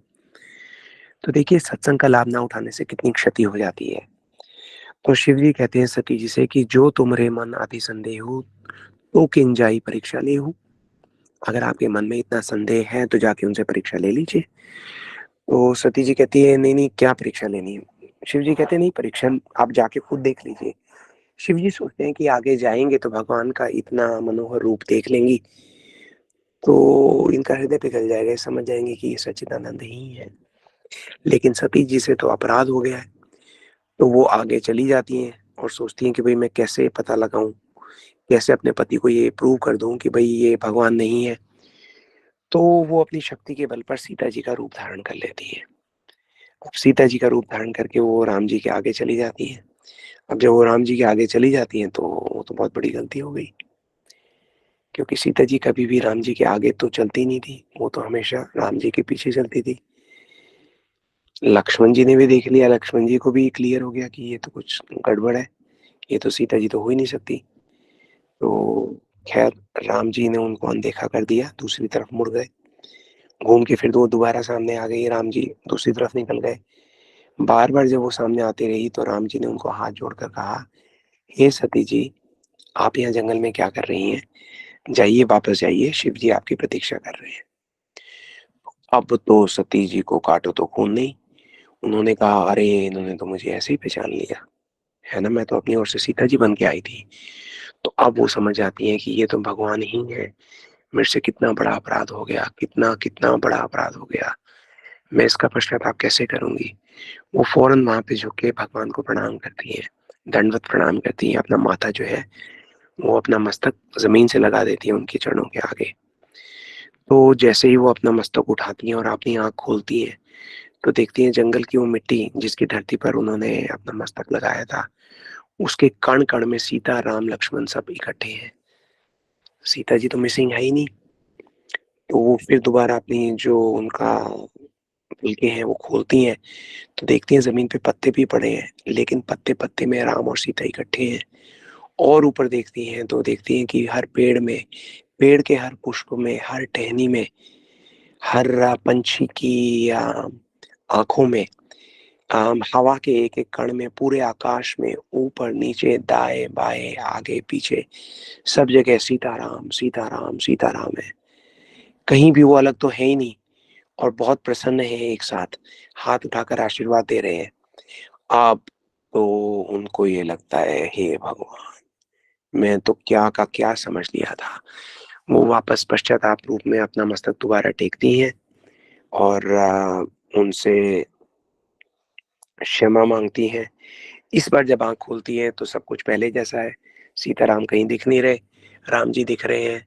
वो हिरनी से पूछ रहे हैं कि तुमने मेरी सीता को देखा, उनकी आंखें तुम्हारी जैसी हैं। पुष्प से पूछ रहे हैं तुमने मेरी सीता को देखा, वो तुम्हारी तरह कोमल है। ऐसी ऐसी बातें चल रही हैं।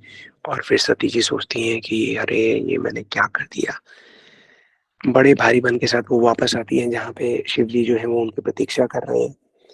अब शिव जी जहाँ पे प्रतीक्षा कर रहे हैं सती जी की, वहां पे जब वो पहुंचती हैं तो बहुत ग्लानि में होती हैं, है ना। अब उनसे ये कहा नहीं जाता कि उन्होंने क्या कर दिया। शिव जी उनसे पूछते हैं कि आपने ले ली परीक्षा, समझ में आ गया आपको। तो वो घबराहट के कारण ना झूठ बोल देती है। अब शिव जी जो है वो सती जी के पति भी हैं और गुरु भी हैं, है ना। अपने गुरु से झूठ बोलना, उनको सच ना बताना, अपना हृदय उनके आगे खोल के ना रखना, ये भी एक किस्म का अपराध है। ये एक और अपराध हो गया सती जी से। वो कहती हैं कि नहीं-नहीं, मैंने तो कोई वो परीक्षा नहीं ली, मैं तो कुछ भी नहीं किया। शिव जी अपने तपोबल से ये जान लेते हैं कि हुआ क्या। तो वो देखते हैं कि हुआ ये कि सती जी ने सीता जी का रूप धारण कर लिया था। अब शिव जी बड़े धर्म संकट में पड़ जाते हैं। वो ये कहते हैं कि इन्होंने सीता जी, जो मेरे प्रभु की अर्धांगिनी है, मेरी माता समान है, उनका रूप ले लिया। अब मैं इनको अपनी पत्नी के रूप में कैसे देखूँगा? मैं तो इनको जब भी देखूँ, तो मेरे मन में तो इनका सीता जी का लिया हुआ रूप ही दिखेगा। तो ये तो ठीक नहीं है, मैं एक काम करता हूँ, वापस कैलाश जाकर इनका जो स्थान है मेरे वामांग में है, मैं वहाँ से उठाकर अपने सामने अपने से ऊँचा आसन रखता हूँ और इनको सीता जी जानकर सदैव इनके प्रति आदर रखूँगा और इनको अब अपनी पत्नी के रूप में मैं नहीं देख पाऊँगा। तो जब वो ऐसा सोचते हैं तो आकाश से पुष्प की वर्षा होने लगती है और आकाशवाणी होती है कि शिव जी, आपकी ये जो प्रण है ये बहुत ये धन्य है। वो खैर सती जी नहीं समझ पाती कि ये क्या हुआ, वापस कैलाश में जाते हैं तो शिव जी तो जो है वो समाधि में चले जाते हैं, उनका आसन अलग बना देते हैं और एक लीला चलने लगती है बैकग्राउंड में कि भई सती जी को इस शरीर में तो वो ग्रहण नहीं करेंगे अपनी पत्नी के रूप में। तो खैर जब अपने वो उससे ध्यान से बाहर आते हैं, वो पाते हैं कि जो सती जी के पिता हैं उन्होंने अपने घर में यज्ञ का आयोजन किया है, सबको बुलाया है, लेकिन सती जी को और शिव जी को नहीं बुलाया है। सती जी कहती हैं कि भई हमें जाना चाहिए, शिव जी कहते हैं नहीं जाना चाहिए। सती जी कहती हैं कि भई अपने पिता के घर जाने के लिए इन्विटेशन की आवश्यकता नहीं होती है। शिव जी सोचते हैं हाँ, ये बात तो ठीक है, लेकिन अगर देखा जाए तो हमें जानबूझकर नहीं बुलाया गया है, बाकी सबको बुलाया गया है। तो खैर सती जी फिर भी वहाँ चली जाती हैं, वहाँ पे जाके देखती हैं तो शिव जी का यज्ञ भाग निकाल के नहीं रखा होता, बाकी सबके लिए आसन बनाया गया है। तो बहुत क्रोधित हो जाती हैं कि भई ऐसी जगह तो मेरे पति का अपमान हुआ है। अब अपने पति का अपमान वो बर्दाश्त नहीं कर पाती, वो ये कहती है इस शरीर ने, जिसने मेरे पति का अपमान देखा है, ये शरीर अब और प्राण धारण नहीं करके रहेगा। अपने अंगुष्ठ के घर्षण से वो योग अग्नि प्रकट करती हैं, उसमें स्वयं को वो जला देती हैं, शरीर का त्याग कर देती हैं। सब सारी कथा आप लोग जानते हैं, फिर किस प्रकार से शिव जी को बड़ा क्रोध आता है, सती जी को लिए-लिए उनके शरीर को घूमते हैं काफ़ी समय तक। फिर भगवान के द्वारा उस शरीर का छेदन होता है, उनका नया जन्म होता है, नया जन्म वो लेती हैं हिमालय जी के घर, पर्वत के घर जन्म लेने के कारण उनका नाम पार्वती होता है, उनको शैलकुमारी भी बोलते हैं। और जब उनके घर जन्म लेती हैं तो एक दिन वहाँ पे नारद जी आते हैं, नारद जी को वो अपना गुरु मानती हैं, तो उनसे आशीर्वाद लेती हैं। जो हिमालय हैं वो पूछते हैं कि भई हमारी बेटी का विवाह कैसी जगह होगा, आप थोड़ा देख के बताइए। तो बताते हैं कि भई इनका जो वर होगा वो तो उसके पास ना तो रहने के लिए घर होगा, ना पहनने के लिए कपड़े होंगे, भिक्षा माँग के रहेगा और जो शमशान की राख है वो अपने ऊपर मल के रहेगा और साँप-बिच्छू जो है वो उसका आभूषण होंगे, तो ऐसा-ऐसा वर होगा। तो पार्वती जी बहुत प्रसन्न हो जाती हैं, वो ये कहती हैं कि ये तो मेरे आराध्य जो शिव जी हैं उनकी पूरी की पूरी बात की जा रही है। लेकिन उनके जो पिता और माता होती हैं वो बहुत उसमें हो जाते हैं, चिंता में आ जाते हैं, वो कहते हैं कोई तो उपाय निकालिए। तो नारद जी कहते हैं कि देखिए वर की डिस्क्रिप्शन तो ऐसी ही होगी, लेकिन अगर शिव जी के साथ इनका विवाह हो जाए, तो कुछ ऐसी डिस्क्रिप्शन जो है वो शिव जी की भी है, लेकिन फिर देखिए आपको दामाद रूप में शिव जी मिलेंगे। तो वो बोले अच्छा वो कैसे होगा? तो ये कहते हैं कि भई पार्वती जी को तपस्या करनी पड़ेगी, है ना? तो पार्वती जी तपस्या करती हैं, बहुत कठिन तपस्या करती हैं, उनकी परीक्षा लेने के लिए शिव जी जो है वो सप्तऋषियों को भेजते हैं। सप्तऋषि उन्हें किस्म-किस्म के प्रलोभन देते हैं, पहले तो ये कहते हैं कि आप ये जंगल में क्या कर रही हैं पुत्री? आप तो बहुत कोमल बच्ची हैं, इतनी कठिन तपस्या आपके लिए ठीक नहीं है। वो कहते हैं कि नहीं मैं तो शिव जी को अपने पति के रूप में लेने के लिए तपस्या की है। तो कहते हैं तपस्या का आइडिया किसने दिया आपको? कहते हैं कि मेरे गुरुजी ने दिया। उन्होंने कहा कौन गुरुजी? आप परिचय दीजिए। बोले नारद जी। तो सप्तऋषि उनको बोलते हैं अरे आप भी किनकी बात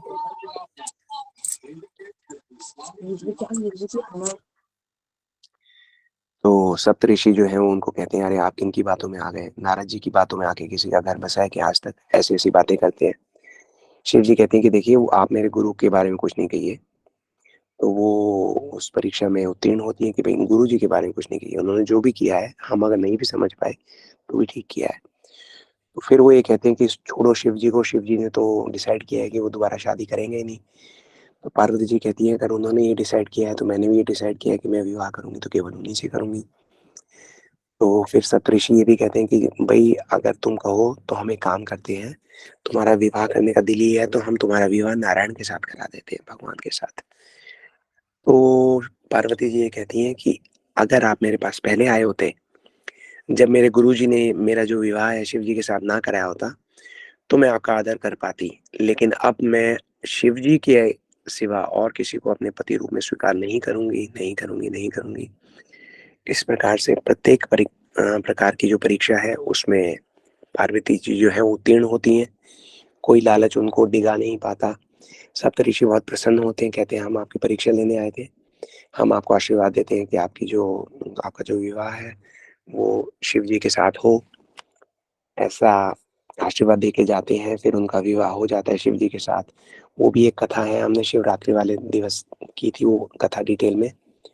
जब उनका विवाह हो जाता है तो फिर अब ये माला का दूसरा सिरा जो है वो जुड़ना शुरू हो रहा है। नारद जी दोबारा आते हैं, कहते हैं पता तो कीजिए आपके पति किसके मुंडों की माला पहनते हैं। वहां पे शिव जी ये कहते हैं कि पिछली बार भी जब आपने शरीर त्यागा था तो आपके मुंड जो है मैंने अपनी माला में पिरो लिए थे। तो पार्वती ये कहती है कि पिछली बार मेरे से जो एक अपराध हो गया था। अपराध क्या हो गया था? मैंने हरि कथा ध्यान से नहीं सुनी। मैंने हरि कथा के सुनाने वालों के प्रति अपराध कर दिया था। तो बोले कि अब आप मेरे रक्षण के लिए मुझे ऐसा कवच प्रदान कीजिए जिससे मैं कभी भी आपकी सेवा से वंचित ना रह पाऊं। आपकी सुनाई हुई जो हरि कथा है वो सदैव मेरा रक्षण करती रहे। आप मुझे कुछ ऐसा दीजिए। तो उसके बाद भगवान जो है वो ये कहते हैं कि चलो मैं अब आपको अ, भगवान की कथा सुनाता हूँ, ऐसी कथा सुनाता हूँ जिससे आप अमर हो जाएंगी। अमरनाथ वो स्थान कहलाता है जहाँ पे वो कथाएं सुनाई गई। तो वहां पे जब वो कथा सुना रहे होते हैं उसके पहले पार्वती जी ये कहती हैं, वही प्रश्न जो भारद्वाज मुनि ने किए थे याज्ञवल्क्य मुनि से, वही जो प्रश्न है वो शिव जी से पार्वती जी कर रही हैं। जब वही प्रश्न याज्ञवल्क्य मुनि बता रहे हैं कि देखो ये प्रश्न वहां शिव जी से किए पार्वती जी ने, तो भरद्वाज मुनि की आंखों में आंसू आ जाते हैं, है ना। उनका हृदय जो है वो बिल्कुल पिघल जाता है। तो याज्ञवल्क्य मुनि ये कहते हैं कि तुमने शिव और पार्वती जी की जो कथा सुनी, इतना सुनकर तुम्हारे हृदय में जो जिस प्रकार से द्रवित हुआ है, उससे पता चलता है कि तुम भगवान की भक्ति के अधिकारी हो। ठीक। तो अब आप ये समझिए कि भगवान की भक्ति के अधिकारी कौन होते हैं। ये बताने के लिए, इसे एक लीला आवरण देने के लिए सती जी ने कितनी बड़ी कुर्बानी दी है ना। कितना बड़ा उनका बलिदान है ये, हमें ये सिखाने के लिए, बताने के लिए कि किस प्रकार से हम क्या करें कि हम वहां तक पहुंचे जहां पर हम हरि कथा के अधिकारी बन सके। तो हमें अपने आचरण से ये सब सारी चीजें बताने के लिए, बताने वाली जो दुर्गा है वो हमें कुछ वो गुण देने के लिए जिनके हम अधिकारी नहीं भी हैं, लेकिन वो किसी ना किसी तरीके से येन केन प्रकारेण देने के लिए वो एक एक रूप लेती हैं। शैलपुत्री का, ब्रह्मचारिणी का, चंद्रघंटा का, कुशमुंडा का, स्कंदमाला, कात्यायनी, कालरात्रि, महागौरी, सिद्धदात्री, पापवर्धनी, वैष्णो देवी, मनसा देवी, कितने सारे रूप लेती हूँ। कहती है कहीं तो ये जीव किसी न किसी प्रकार से कोई भक्ति का कुछ कोई गुण तो उठा ले, है ना। कुछ तो ये कहे जिसे मैं प्रस्तुत करूं शिव जी के आगे और ये कहूं कि इस पे आप अपनी कृपा कीजिए, इसे भगवान का भक्त बना दीजिए। तो देखिए ये जो नवरात्रे हैं, हर ये तिथि के हिसाब से आते हैं, हर तिथि की एक ऊर्जा होती है। इस नवरात्रे में जो व्यक्ति भी माता रानी की शुद्ध मन से भक्ति करता है, उसके मन में कहीं ना कहीं से माता रानी ये वरदान डाल देती हैं, ये भाव डाल देती हैं, जिससे वो भगवान की भक्ति को अंगीकार कर पाए। इस बात को समझने के तरीके बहुत हैं, बहुत सारी कथाएं हो सकती हैं। दुर्गा देवी के अनेक अनेक रूप, अनेक अनेक लीलाएं करती हैं वो, लेकिन उसका जो समम है, 100 बात की जो एक बात है, वो ये है कि उनकी इच्छा ये है कि आप भगवान की भक्ति की ओर बढ़िए, है ना? क्यों? क्योंकि जो शिव जी हैं, जो पार्वती जी के, जो दुर्गा जी के पति हैं, वो स्वयं क्या करते हैं? वो स्वयं भी तो यही करते हैं, हरि कथा दे के सब लोगों के कान में, अगर मान लीजिए कोई व्यक्ति काशी में शरीर छोड़ता है, तो वहां पर शिव जी जो है उनके कान में जाकर भगवान के नाम का जाप करते हैं, ताकि उन्हें भगवान की भक्ति प्राप्त हो जाए। तो पूरा का पूरा इनका परिवार, पार्वती जी का परिवार, गणेश जी, कार्तिकेय, सब सब सब सब मिलकर इनकी केवल एक ही इच्छा है कि किसी प्रकार से वो जीव जो इतना भाग्यशाली नहीं है कि वो भगवान जी की तरफ मुड़ सके, कम से कम हमारी तरफ ही मुड़ जाए। और हमारी तरफ मुड़ने के लिए वो किस प्रकार के कितना प्रयास करते हैं। चाहे कोई व्यक्ति तमोगुण का हो तो भी इनकी तरफ मुड़ जाता है, जैसे हमने देखा बलि देने वाले लोग भी काली माँ की तरफ जाते हैं, लेकिन क्योंकि वो बलि दे रहे हैं काली माँ की ओर, तो उनको थोड़ी सी स्वीकृति उसमें पाप कर्म में भी मिल गई, तो बड़े सारे जन्मों के बाद वो बलि देना बंद कर देंगे और वो रजोगुण में आ जाएंगे। रजोगुण में आने के बाद वो अपने लिए कुछ मांगने लगेंगे, धीरे धीरे धीरे धीरे, लेकिन वो मांगने के वक्त उनकी जो श्रद्धा है वो माता रानी के लिए रहेगी, तो उसके कुछ जन्मों के बाद उनकी जो इच्छा है वो सतोगुणी हो जाएगी और धीरे धीरे भगवान के भक्त के रूप में माता रानी उसको परिवर्तित कर देगी। इस जगत में जब छोटा बच्चा होता है, जब वो ये समझिए कि बहुत छोटा बच्चा, तो माता ही है जो उसको उठाकर उसको साफ कर सकती है, उसका मलमूत्र भी साफ कर सकती है, उसे वापस उठाने के लायक बना सकती है। वही रूप इस जगत में है ना, जहाँ पे प्रकृति के जो 3 गुण हैं, उनमें उलझकर हम कहीं के नहीं हैं, उनसे धीरे-धीरे हमें सुलझाने का कार्य जो है माता रानी करती है। हालाँकि हम देखते हैं कि उनके हाथ में त्रिशूल है, लेकिन वो त्रिशूल से हमें थोड़ा-सा कष्ट देते-देते भी वो क्या करती है, उसी त्रिशूल से हम जो प्रकृति गुणों से बंधे हुए हैं, उन गुणों को भी वो धीरे-धीरे काटने का कार्य करती है। कहती है उठिए, किसी न किसी प्रकार से हमारे स्वामी की ओर बढ़िए, हमारे भगवान की ओर बढ़िए। ये है वैष्णवों के लिए नवरात्रि का सही-सही अर्थ। बाकी दुनिया अपनी-अपनी गति पे धीरे, कोई तेज़ आगे बढ़ेगा, लेकिन वैष्णव लोग ये समझ पाएँ कि नवरात्रों के दौरान जो ऊर्जा है, वो ऊर्जा का हम इस्तेमाल कर सकते हैं भगवान की भक्ति माँगने के लिए। भगवान की भक्ति जब हम माँगेंगे, तो हमने देखा कि भगवान के भक्तों के प्रति कितना स्नेह है दुर्गा जी का, है ना? हमें कोई नुकसान पहुँचाने का प्रयास करेगा, तो शिव जी और दुर्गा जी, पार्वती जी हमारा रक्षण करेंगी। अपने भक्तों को काट कर भी हमारा रक्षण करेंगी, हमारी भक्ति का रक्षण करेंगी। जी, तो ये है नवरात्रों का सही-सही अ, अर्थ एक वैष्णव दृष्टिकोण से। जी, ऐसी हमारी इच्छा थी कि हम एक बहुत सरल कथा के माध्यम से आपके सामने प्रस्तुत करने का प्रयास करें, ताकि आप उसे बहुत सरलता से उसे याद रख पाएँ, किसी को सुनाना हो तो सुना पाएँ और अगर कोई भी ये कथा 1 घंटे के लिए भी सुनेगा, तो देखिए उसको 1 घंटे का भी बहुत लाभ हो जाएगा। तो आप लोग अपने-अपने सर्कल में कोशिश कीजिए कि जो भी कथा आप हम सब लोगों से सुनते हैं, हमारे पास तो कुछ सुनाने को है नहीं, गुरु वैष्णवों के मुख से जो सुना, हमने तोते की तरह रट दिया। आप लोग भी उसे रट के आस-पास अपने फैलाइए। भगवत वाणी है, जितना ज़्यादा आप फैलाएँगे उतना ज़्यादा माता रानी आपसे खुश होगी, इस जेल से निकलने में आपकी मदद करेगी। गुरुजी खुश होंगे, भगवान खुश होंगे, हमारा जीवन सफल होगा। जी, इसी इच्छा के साथ आज हमने आपकी सेवा का प्रयास किया। इस सेवा का अ, के हम अधिकारी भी नहीं थे, प्रयास करने लायक भी नहीं थे, लेकिन फिर भी हमने किया। आप लोग आशीर्वाद दीजिए कि इसी प्रकार से आपकी सेवा हम करते रहें। आप ठीक प्रकार से शायद आज ना सुन पाए होंगे, हमारा गला भी खराब था, लेकिन आपने जिस धैर्य के साथ इतने सारे लोगों ने आज मिलके कथा सुनी है, उसके लिए मैं सदैव आपका ऋणी रहूँगा। अगर मेरे से कोई त्रुटि हुई है, तो आप मुझे छोटा जान के क्षमा कर दीजिएगा और आशीर्वाद दीजिएगा कि किसी न किसी प्रकार से हम अपने गुरुजी की सेवा में संलग्न रह सकें। धन्यवाद। हरे कृष्णा। अगर आपकी कोई टिप्पणी है, आप अपना कोई एक्सपीरियंस शेयर करना चाहते हैं, मेरे से कोई गलती हुई उसे आप सुधारना चाहते हैं, तो आप हैंड रेज़ कर सकते हैं। निशा दीदी कोऑर्डिनेटर हैं, वो आपको एक-एक करके बुला सकती हैं। आप अपनी बात कह सकते हैं। सबको अपनी बात कहने का मौका दिया जाएगा, हमारे पास समय की कोई कमी नहीं है। तो जैसा हमने कहा, अगर कोई कुछ कहना चाहे तो अपना हाथ उठा सकते हैं। ऐसी और कथाओं के लिए अगर आज कोई व्यक्ति हमारे साथ ऐसे जुड़ा हुआ है, जो आज पहली बार आया है, नॉर्मली हमारे साथ नहीं जुड़ते, तो आपका स्वागत है। आप हमारे इतने सारे ग्रुप्स हैं, उनमें से कोई जॉइन कर सकते हैं। कार्तिक के बाद हम रामचरितमानस का 1 महीने की कथा करेंगे, हर रोज़ आधे-आधे घंटे की कथा सुनाया करेंगे। उसमें ऐसे-ऐसे तत्वों के बारे में बात की जाएगी जो आपने शायद पहले कभी नहीं सुने हों, जो बहुत प्रैक्टिकल हैं, जिनके द्वारा आप समझ पाएँगे कि किस प्रकार रामचरितमानस जो है, वो श्रीमद् भागवतम की ही एक रिफ्लेक्शन है। सारे तत्व जो हम श्रीमद् भागवतम में देखते हैं, वो सब के सब रामचरितमानस में किस प्रकार से जड़े हुए हैं मोतियों के जैसे, वो हमें देखने को मिलेंगे। तो चलिए, आप लोगों का ज़्यादा समय ना लेते हुए हम अपनी वाणी को विराम देते हैं। हरे कृष्णा।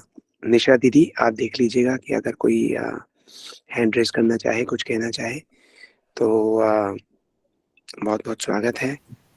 प्रभु जी रिकॉर्डिंग हरे ऑफ कृष्णा करनी है या प्रभु जी। हमें कंटिन्यू करना है जी, रिकॉर्डिंग? चलने दीजिए रिकॉर्डिंग। जो लोग क्वेश्चन पूछते हैं, वो उसमें भी बहुत बड़े-बड़े लेसन हैं हम सब लोगों के सीखने के लिए। जी प्रभु जी। तो हरे आप कृष्णा प्रभु जी, इसकी रिकॉर्डिंग मिलेगी? जी, जी। मिल जाएगी आपको रिकॉर्डिंग। निशा दीदी कल रिकॉर्डिंग पोस्ट कर देंगी और उसका लिंक है, वो भी सब ग्रुप्स में मिल जाएगा। जी। हरे कृष्णा प्रभु जी।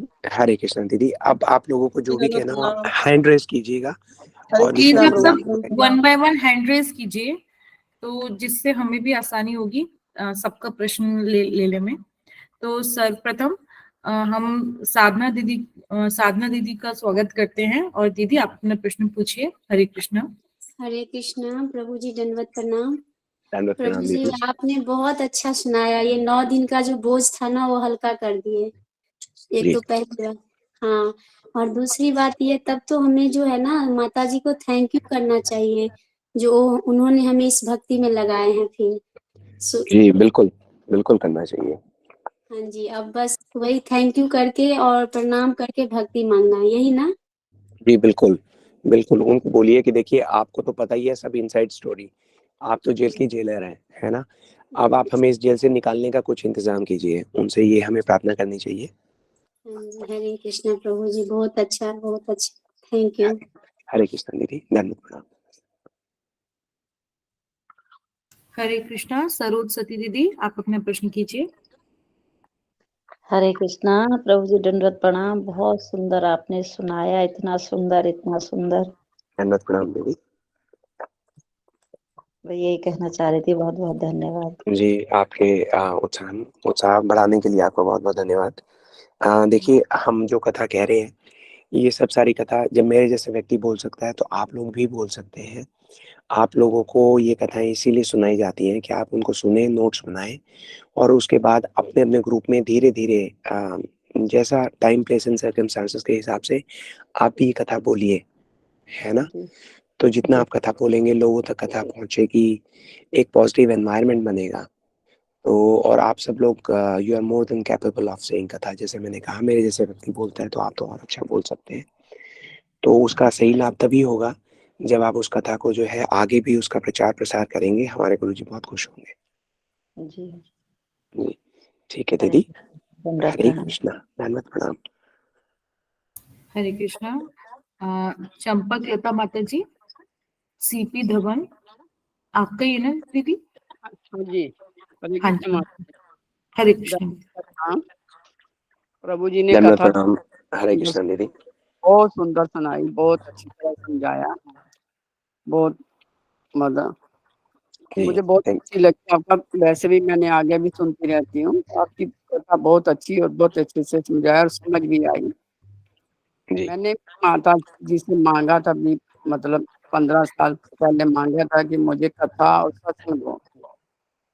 तो कथा तो जी, सत्संग माता जी ने दे दिया कि पूछा कि माता जी आपसे बड़ा कौन है? तो उन्होंने जी। मुझे में भेज दिया।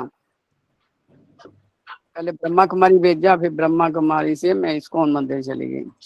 जी। तो उससे भक्ति तो उन्होंने मुझे दे दी, पर मैं भक्ति में दृढ़ नहीं रह पाती हूँ। मतलब कहने का मतलब है दृढ़ तो एक ही करती किशन जी की। जी। तो पर प्रभु जी मेरी एक प्रॉब्लम है, मुझे थोड़ा सा आशीर्वाद दो, और सबको चाहिए मुझे कि मैं जब भी कथा सुनती हूँ ना तो मुझे नींद आ जाती है, वैसी नींद नहीं आती। जी। तो ऐसा क्यों होता है? जी देखिए, पुराने जन्मों के हमारे जो किए हुए कर्म है वो हमें किसी न किसी रूप से बाधा पहुंचाने के लिए आते हैं। लेकिन अगर नींद आने के बावजूद आप फिर वापस जाग जाग कर कथा सुनते रहते हैं तो वो बाधाएं आपको नमस्कार करके प्रणाम करके चली जाती हैं।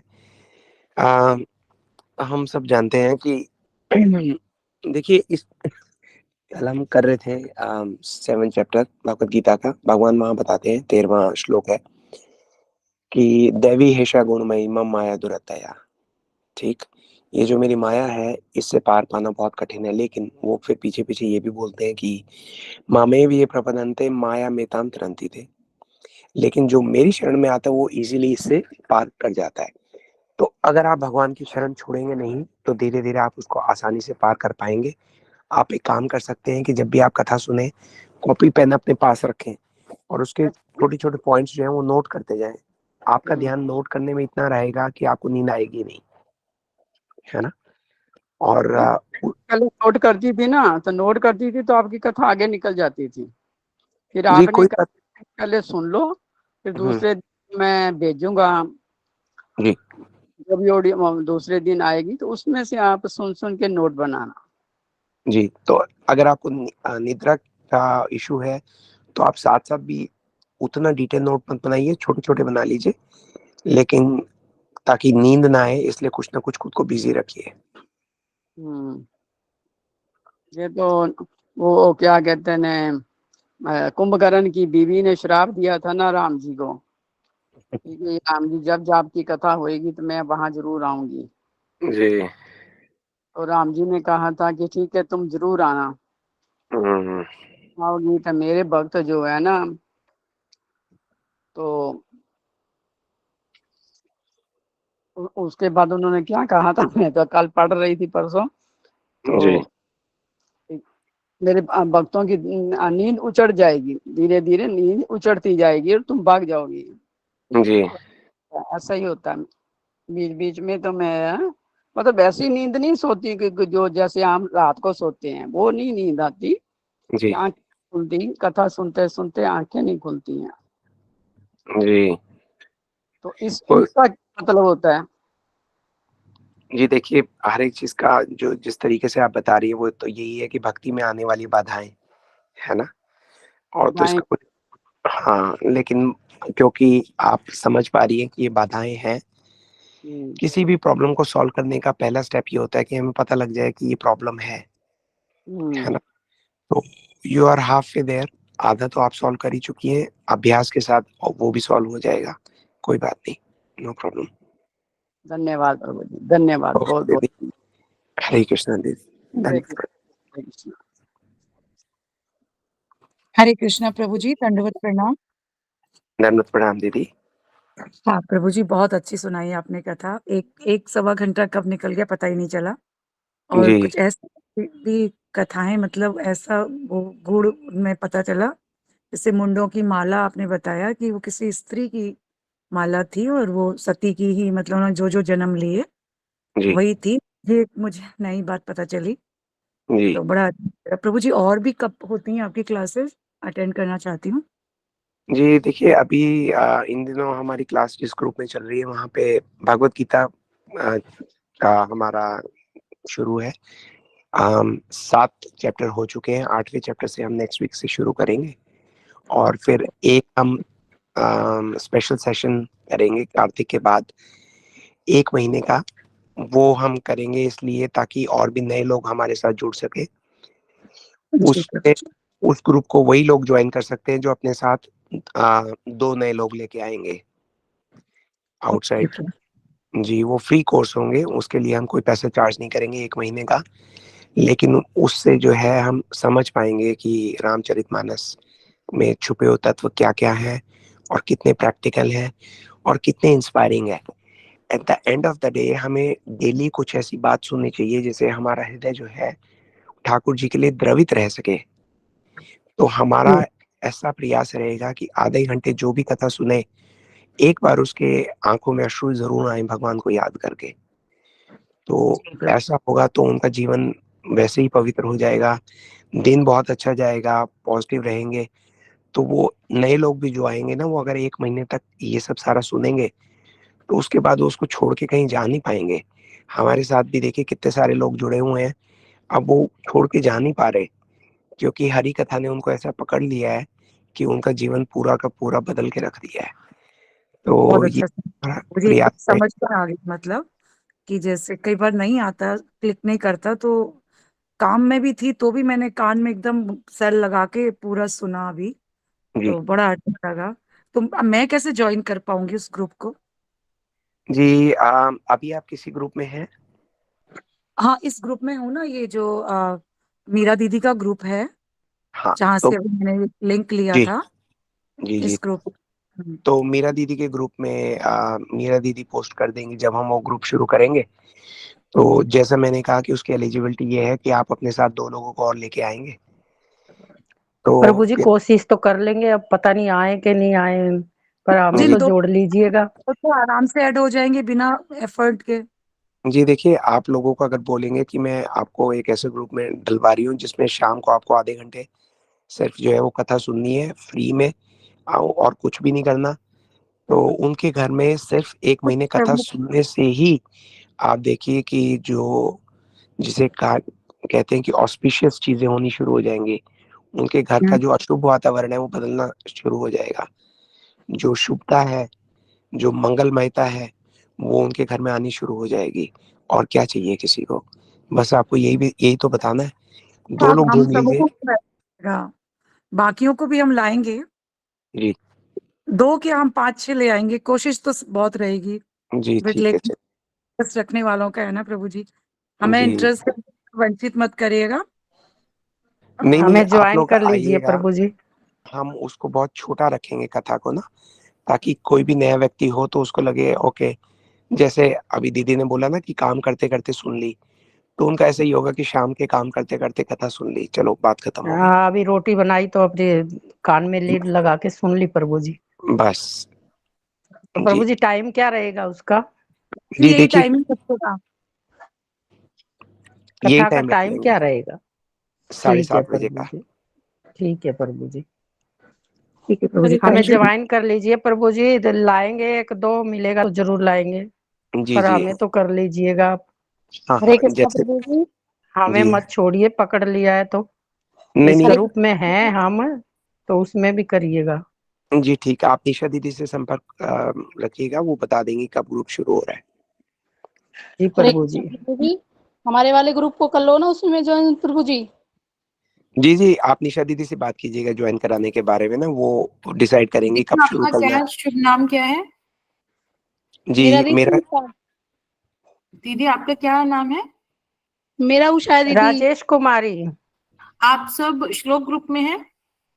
हाँ जी। जी हाँ हैं, हरे कृष्णा, हम लोग हैं श्लोक में। ठीक है, आप है उस श्लोक ग्रुप जी, मैं में। हूँ उस ग्रुप में, आप उसमें लेकिन अपना मैसेज डाल दीजिएगा, उसमें हम मैसेज करेंगे जब भी ये कार्तिक के बाद शुरू होगा, क्योंकि अभी हमारा 1 महीने का कार्तिक का प्रोग्राम है, तो उसके बाद। क्या ना दीदी, कभी कभी ज्वाइन हो पाता है श्लोक वाला, रोज ज्वाइन नहीं कर पाते, टाइम दीदी ऐसा हो डेली जाता नहीं है। होती है वो क्लास, वो वीकली होती है। ठीक है, तो आप कोई बात नहीं, आप उसमें रहिए, हम सभी ग्रुप्स में इंफॉर्मेशन देंगे, तो ओके आप जी। उसके लिए आप बिल्कुल चिंतित ना होइए। लेकिन वो जो हम अब राम कथा जो होगी ना, वो नवंबर के बाद ही होगी, क्योंकि नवंबर में अभी हमारा 28 अक्टूबर से कार्तिक पारसमणि शुरू हो रहा है, तो उसमें हम डेली हरि कथा करेंगे, और उसमें 4 या 5 स्पीकर्स टॉपिक्स के हिसाब से, जो भी टॉपिक्स हमें दिए गए हैं उसके अकॉर्डिंग वो कथा करेंगे। तो आप सब उसमें भी हरि कथा करने के प्रयास कीजिए, आपको मटेरियल भी मिलेगा, आप और प्रभु जी का गाइडेंस भी मिलेगा, तो आप उसमें भी कथा करने का प्रयास कीजिए। हरे कृष्ण। जरूर दीदी जी। जी हरे कृष्णा। हरे कृष्ण। हरे कृष्णा प्रभु जी। मेरा टाइम यही रहेगा दीदी? हाँ जी दीदी, टाइम वही 8 या 8:30 बजे से होगा। ठीक है दीदी, क्योंकि राधा जी की क्लास भी लेते हैं ना हम 9 बजे। जी जी, हाँ जी 8:30 बजे से होगा शायद टाइम। ठीक है जी, हरे कृष्ण। कृष्णा दीदी। प्रभु जी, मैं एक क्वेश्चन पूछ सकती हूँ आपसे? जी दीदी पूछिए।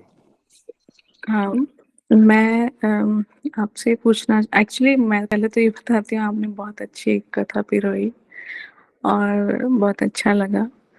और मैं ये पूछना चाहती हूँ कि आपने जो हमें ये लेसन मुझे नहीं होना चाहिए, उससे किस तरह प्रॉब्लम्स आती हैं कोई भी कथा सुनने के लिए, तो लेकिन may be it's silly, but मैं फिर भी पूछना चाहती हूँ आपसे कि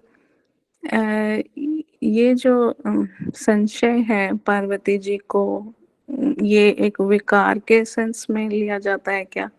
क्योंकि आपने बोला कि जब उनको संशय हुआ तो उनके से फिर अपराध होने शुरू हो गए, और फिर तो जी ये जो मतलब कि ऐसे जैसे कहते हैं कि भगवान भी हमें प्योरीफाई करके ही अपनाते हैं, तो कहने का मतलब ये हुआ कि हमारे पास जो विकार हैं वो हमें हटाने पड़ेंगे, तभी हमें वो ब्लेस करेंगे किसी भी कथा के लिए या उससे आगे बढ़ने के लिए। तो कहने का मतलब ये है कि तो मैं ये पूछना चाहती थी कि फिर पार्वती जी को क्यों, वो तो इतना ज्यादा उन्होंने ऑस्टेरिटीज करी और इतना ज्यादा मतलब कि भगवान को के साथ ही वो रहती, मतलब शिव जी के साथ ही रहती थी, वो भी वैष्णव है, तो ऐसे क्यों उनके साथ हुआ कि वो भी, या फिर वो हमें सिखाने के लिए उनके संशय आया? ये मुझे हमेशा एक क्वेश्चन रहता है कि इस तरह ये काम क्रोध वाले जो कॉन्सेप्ट्स हैं, जब आप कथा करते हैं तो उस पे आते हैं कि उनको ये क्रोध आ गया या कुछ भी इस तरह से मतलब कुछ प्रॉब्लम एस्पेक्ट आया जिस वजह से फिर वो कथा का प्रवाह चलता है। तो फिर मुझे पूछना था कि ये ऐसे क्यों होता है? पता नहीं, maybe I'm wrong to ask you this question, maybe I'm silly, but मुझे एक पॉइंट कभी समझ नहीं आता। मैं बहुत टाइम से सोचा कि शायद अपने आप समझ में आ जाएगा, बट जी मुझे नहीं आया समझ में। देखिए, जब भरद्वाज मुनि ने प्रश्न किया याज्ञवल्क्य जी से, या पार्वती जी ने प्रश्न किया शिव जी से, तो शिव जी बहुत प्रसन्न हुए और याज्ञवल्क्य मुनि बहुत प्रसन्न हुए, क्योंकि प्रश्न वो व्यक्ति करता है जो सीखना चाहता है। कोई भी प्रश्न जो है वो सिली नहीं समझना चाहिए हमें। आपका प्रश्न ये है कि सती जी के द्वारा पार्वती जी ने तो नहीं की कोई गलती, जब वो सती रूप में थी तो हमें सिखाने के लिए उन्होंने ये लीला की है। आज का सेशन अगर आप शुरू से उसकी रिकॉर्डिंग जब आएगी तो आप शुरू से सुनिएगा। उसमें हमने यही कहा कि हमें सिखाने के लिए, जिस प्रकार से एक छोटे बच्चे को चलना सिखाने के लिए दूर से ऐसा लगता है कि माता जो है वो उल्टा चल रही है, उनका आचरण शायद उल्टा है, लेकिन वो उस बच्चे को सही चलना सिखाने के लिए एक उदाहरण प्रस्तुत कर रही है ना? तो जो भी सती जी ने किया है वो एक किस्म से उनका बलिदान है, हमें सिखाने बताने के लिए कि भाई ऐसे नहीं करना तो है, लेसन लेना है उससे। लेसन। हाँ जी, हमें सिखाने के लिए लेसन। ठीक है, मैंने आपको पहले बोला हो सकता है मुझे समझ नहीं आया, लेकिन मुझे हमेशा ये कंफ्यूजन रहती है और मैं सोचा कि इस बार तो मैं आपसे पूछ ही लूंगी। जी नहीं, अच्छा किया, क्योंकि पूछा आपने है, लेकिन बहुत सारे और लोगों का जो डाउट है वो भी इस बहाने चला गया। हमारा तो जैसे हम कल भी यही बात कर रहे थे कि क्लास के बाद का जो टाइम होता है ना, उससे ज्यादा सीखने को मिलता है, क्योंकि उससे आप अपने क्वेश्चन आंसर्स जो है वो क्लैरिफाई कर सकते हैं। और विशेषकर जो मेरा एटीट्यूड है वो यही रहता है कि जब मैं नया नया भक्ति में था तो मेरा बहुत दिल करता था कि कोई हो जिससे मैं कुछ पूछूं, कोई बताने वाला हो, लेकिन मेरे साथ ऐसा था नहीं। मैं किसी को नहीं जानता था, मतलब बहुत समय लगा मुझे जिससे मैं 4 चीजें पूछ पाऊं। तो इसलिए मेरा बहुत दिल करता है कि अगर कोई व्यक्ति हो जो भी भक्ति में नया आ रहा हो तो उसको ऐसे लंबा वेट ना करना पड़े जैसे मुझे नहीं पता था कुछ भी ना। तो ये सेवा मैं कर पाऊं लोगों की, कि भाई क्योंकि आदमी को जब शुरू-शुरू में नहीं पता लगता, तो वो घबराया रहता है। आस-पास के लोग 2 श्लोक बोलते हैं तो वो सोचता है अरे यार, ये तो बड़े स्मार्ट है, मैं तो लगता है मूर्ख हूँ। तो मुझे ऐसे लगता था कि मुझे तो यही नहीं पता भगवत गीता और श्रीमद् भागवतम में फ़र्क क्या है। तो लोग हँसते थे तो मैं भी ऐसे हँसता था जैसे मुझे पता है क्या चल रहा है। पता होता मुझे कुछ था नहीं। तो लेकिन मेरा दिल करता था कि कोई हो जो मुझे सिखा दे, बता दे ना। तो धीरे-धीरे गुरुजी ने वो बात सीखी तो उन्होंने ही अंदर से प्रेरणा दी, सब समझ में आने लगा। तो मैं सोचता हूँ कि ये सेवा मिल जाए हमें कि किसी का कोई भी प्रश्न हो, कभी भी ये नहीं सोचना हमने कि अरे! ये सिली प्रश्न है।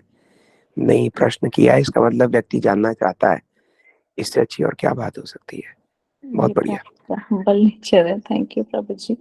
ओके दीदी, हरे कृष्ण। हरे कृष्ण। हरे कृष्णा प्रभु जी, दंडवत प्रणाम। दंडवत प्रणाम दीदी, हरे कृष्ण। मेरा क्वेश्चन ये है कि जैसे मुझे तो हरे कृष्णा प्रभु जी, दंडवत प्रणाम, राधे राधे। मुझे आपकी जी, कथा बहुत अच्छी लगी और मैं एक-एक ये करके प्रश्न पूछिए, जो दीदी पहले पूछ रही हूँ।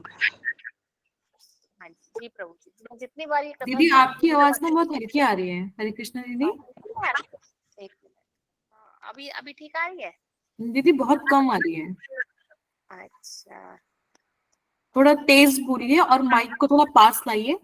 जी, मेरा प्रश्न ही तो बाद में पूछती, पहले बता दें। मुझे जी बहुत दीदी अच्छा लगा कथा और जितना मैं सुनती हूँ मुझे बहुत अच्छी लगती है और मन करता है और सुनूं, बहुत अच्छा लगता है। और अभी मुझे इतना अच्छा लगा था, इतना आनंद आया कि मतलब मैं बता नहीं सकती हूँ। एक तरफ हमने वो माता वैष्णो देवी की मूवी लगा रखी थी, एक तरफ ये था और मैं ध्यान मेरा वहां कम था, यहाँ पर ज्यादा था, तो मुझे अच्छा लग रहा था। पर मेरा एक ये प्रश्न है, अभी जैसे हमने नवरात्रे रखे हैं, हमने पूरे रखे हैं, तो माता जी होता क्या है प्रभु जी, जैसे एकादशी हो गई या कोई भी ओकेजन होता है, उस वक्त मेरी जो माला है ना वो पता नहीं क्यों नहीं कंप्लीट हो पाती, बीच में अटक जाती है। तो ऐसा मतलब क्यों हो पाता है? इतनी माया मेरी परीक्षा लेती है अकेले की, या औरों के साथ भी ऐसा होता होगा? मतलब मैं दिमाग से घूम जाती हूँ कि मेरे साथ ही ऐसा क्यों होता है, ये क्यों ये परीक्षा होती है कि मैं अपने जो राउंड 16 राउंड है उस दिन ही कंप्लीट नहीं कर पाती। तो जी, ये तो फिर समझ आप देखिए, आपने आइडेंटिफ़ाई तो कर ही लिया इश्यू को। आप एक काम कीजिए, अगली बार ऐसा कोई फेस्टिवल का दिन हो, कोई विशेष दिवस हो, तो उस दिन सबसे पहले उठ के आप पहला काम यही कीजिए कि अपनी माला कर लीजिए और फिर कोई दूसरा काम कीजिएगा। जी प्रभु जी, कोशिश करती हूँ ना, बट उस दिन सुबह जितना भी उठूं जल्दी, मैं 3 बजे भी उठ जाती हूँ, 3:30। अभी तो खैर पूजा जल्दी करनी होती है, वो तो बात अलग है, और वैसे भी हम मंगल आरती के लिए उठते ही हैं जल्दी। बट प्रभु जी अभी ये ओकेजन है, इस टाइम तो पता नहीं क्या हो जाता है। मतलब दिन में तो टाइम चलो बात की बात है, लगा भी लेती हूँ, सुबह ही नहीं कर पाती, और पूरा तो बिल्कुल भी नहीं हो पाता। पता नहीं क्यों क्या हो जाता है, पजल हो गई मैं तो। मतलब मैं तो ये जी, सोचती हूँ ठाकुर जी मेरी परीक्षा ले रहे हो, अभी नवरात्रे हैं, तो पता नहीं माता रानी मुझे मतलब इतनी परीक्षा क्यों ले रही है कि मतलब ये दुर्ग में ही रखना चाहते हैं, ये बाहर भी निकालेंगी, पता नहीं क्या हो रहा है। मतलब दिमाग घूम जाता है मेरा, तो बस यही समझ में नहीं आता कि क्यों हो रहा है ये। जी देखिए, आप सुबह उठ के ना नित्यानंद प्रभु जी से प्रार्थना कीजिए, वो अखंड गुरु तत्व हैं। उनके आप संरक्षण में रह के जो भी आप भक्ति से संबंधित करना चाहेंगे, उसका फल वो अवश्य आपको प्रदान करेंगे। तो आप नित्यानंद प्रभु जी से विशेष प्रार्थना कीजिए। सुबह उठ के एक बार नित्यानंद अष्टकम का पाठ कर लीजिए। उसके बाद हाँ आप प्रभु, उसको भेज दीजिए, भेज दोगे आप, क्योंकि वो मेरे पास है नहीं। जी ठीक है, मैं निशा दीदी को लिंक भेज देता हूँ, तो वहाँ जी से आप आपको मिल जाएगा। जी जी प्रभु जी, बड़ा बहुत धन्यवाद दीदी आप प्रभु किस जी। ग्रुप में हैं? मैं आप ही की गीता शास्त्री ग्रुप में भी हूँ, श्लोका ग्रुप में भी हूँ। अच्छा, आप दिसंबर वाले ग्रुप में हैं दीदी?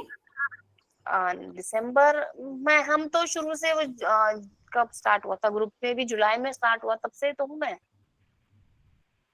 दीदी तो गीता शास्त्री कोर्स नहीं है। अच्छा, आप श्लोक वाले ग्रुप में है ना, तो ठीक है, मैं उसमें भेज दूंगी। श्लोक जी वाले ग्रुप में भी हूँ। जी दीदी, ठीक है। हरे कृष्णा दीदी।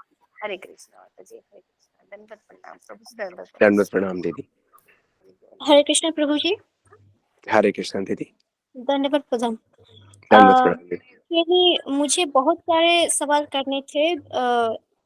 पहले तो ये मुझे जानना है एज ए डिवोटी, क्योंकि जो दुर्गा भक्ति है ये बहुत ही मुझे लगता है कॉम्प्लिकेटेड है। तो एज ए डिवोटी हमें दुर्गा देवी को कैसे प्रसन्न करना चाहिए ताकि हमें कृष्ण भक्ति मिले? जी, देखिए जिस प्रकार से जड़ भरत जी ने उनको इतना प्रसन्न कर दिया कि वो अपने खुद के डिवोटीज को भूल गई और जड़ भगत भरत जी का संरक्षण उन्होंने किया। कैसे? उनकी उनकी भक्ति करके, जिनकी भक्ति स्वयं दुर्गा जी करती है ना? किनकी भक्ति करती हैं? भगवान कृष्ण की भक्ति करती है। हाँ। तो जब हम भगवान कृष्ण की भक्ति करेंगे तो दुर्गा जी जो है वो सबसे ज्यादा प्रसन्न तभी होंगी, है ना? शिव जी कब प्रसन्न होंगे? जब आप भगवान कृष्ण की भक्ति करेंगे, भगवान राम की भक्ति करेंगे। तो पार्वती जी जो है वो भी तभी प्रसन्न होंगी, पूरी की पूरी उनकी जो फैमिली है वो तो तभी प्रसन्न होगी जब आप भगवान की भक्ति करेंगे। बहुत सिंपल है। अच्छा। हम्म। और सेकंड ये क्वेश्चन है कि जैसे कि मैं कोलकाता में रहती हूँ, तो कोलकाता में ये बहुत मतलब होता है कि नवरात्रि में देवी दुर्गा के साथ कार्तिक, गणेश और सरस्वती और लक्ष्मी देवी रहती है। तो कार्तिक और गणेश जो होता है वो देवी की ही अंश है, तो जो सरस्वती और लक्ष्मी देवी है वो तो देवी की अंश नहीं है, तो उनके साथ वो कैसे रहती है? जी देखिए इंडिया में बहुत सारी चीजें जो है वो मिक्सचर है। एक अजीब सी खिचड़ी कॉकटेल बना होता है जगह जगह, कोई कुछ कर देता है, कोई कुछ कर देता है। कई बार तो क्योंकि किसी टेम्पल की कमेटी में कोई किसी का भक्त है, कोई किसी का भक्त है, कोई अपनी चलाता है, कोई ऐसे करता है, कोई वैसे करता है। क्या पता किस कारण से कोई क्या करने वाला है। हमारा जो एम है, ऑब्जेक्टिव है, बहुत क्लियर है। हम लक्ष्मी जी को देखें तो कहीं भगवान की भक्ति दे दो, सरस्वती जी को देखें तो कहीं भगवान की भक्ति दे दो, गणेश जी मिल जाए तो कहीं करो कृपा हम पे, है ना? दुर्गा जी से क्या मांगना है हमने अभी सुना ही है। हमें तो हर एक किसी से एक ही वस्तु चाहिए, भगवान की भक्ति, बस, सिंपल।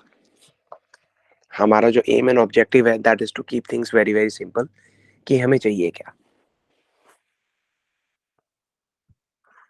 अच्छा प्रभु जी, और एक लास्ट सवाल है कि जैसे कि हम देखते हैं कि जो केवट है, मतलब रामलीला में जो केवट होता है वो तो मतलब वो जो एक्चुअली बैकुंठ में वो तो एक कछुआ होता है कि केवट जब प्रभु जी श्री राम जी का मतलब चरण में जो पानी प्रक्षालन कर रहे थे, तो वो जी मतलब ऐसा होता है कि उनके जो पुनर्जन्म में वो तो वैकुंठ के एक कछुआ होता है जो कि लक्ष्मी देवी उनको पैर को टच नहीं करने देती।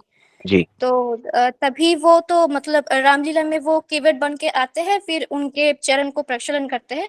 तो जी मतलब मेरा सवाल ये है कि ये एक्चुअली ये बात, ये सब लीला कृष्ण लीला से क्यों नहीं आती? क्योंकि एक्चुअल तो गॉडहेड तो वो भगवान कृष्ण ही है, वो तो विष्णु जी नहीं है। हम्म तो जी यही मेरा सवाल है कि वो कृष्ण लीला से क्यों नहीं आते? कौन नहीं आते कृष्ण लीला से? मतलब सवाल ये है कि एक्चुअल कृष्णा ही तो एक्चुअल गॉडहेड है, तो वहां वहीं से तो आ सकता है ना, मतलब विष्णु जी तो कृष्ण के नीचे है। जी बिल्कुल। तो वही मेरा सवाल था कि जैसे विष्णु जी है वैसे तो राम जी भी है, वो तो अंश अवतार है ना, मतलब श्री कृष्ण के। जी देखिए जो राम जी हैं वो वैकुंठ से ऊपर आते हैं है ना? जो साकेत धाम है वो वैकुंठ धाम से ऊपर है। आप अच्छा। देखेंगे कि ब्रह्म संहिता में भी ब्रह्मा जी भी ये बताते हैं कि कौन सा लोक सबसे ऊपर है, उसके नीचे क्या है, फिर उसके नीचे क्या है। तो कृष्ण लोक, गोलोक वृंदावन जो है वो सबसे ऊपर है। फिर हाँ। आपका जो है अलग अलग धाम आते हैं, द्वारका धाम, मथुरा धाम। फिर आपका आता है साकेत धाम आता है, फिर आपका जो नारायण धाम, ये वैकुंठ, सारे ही वैकुंठ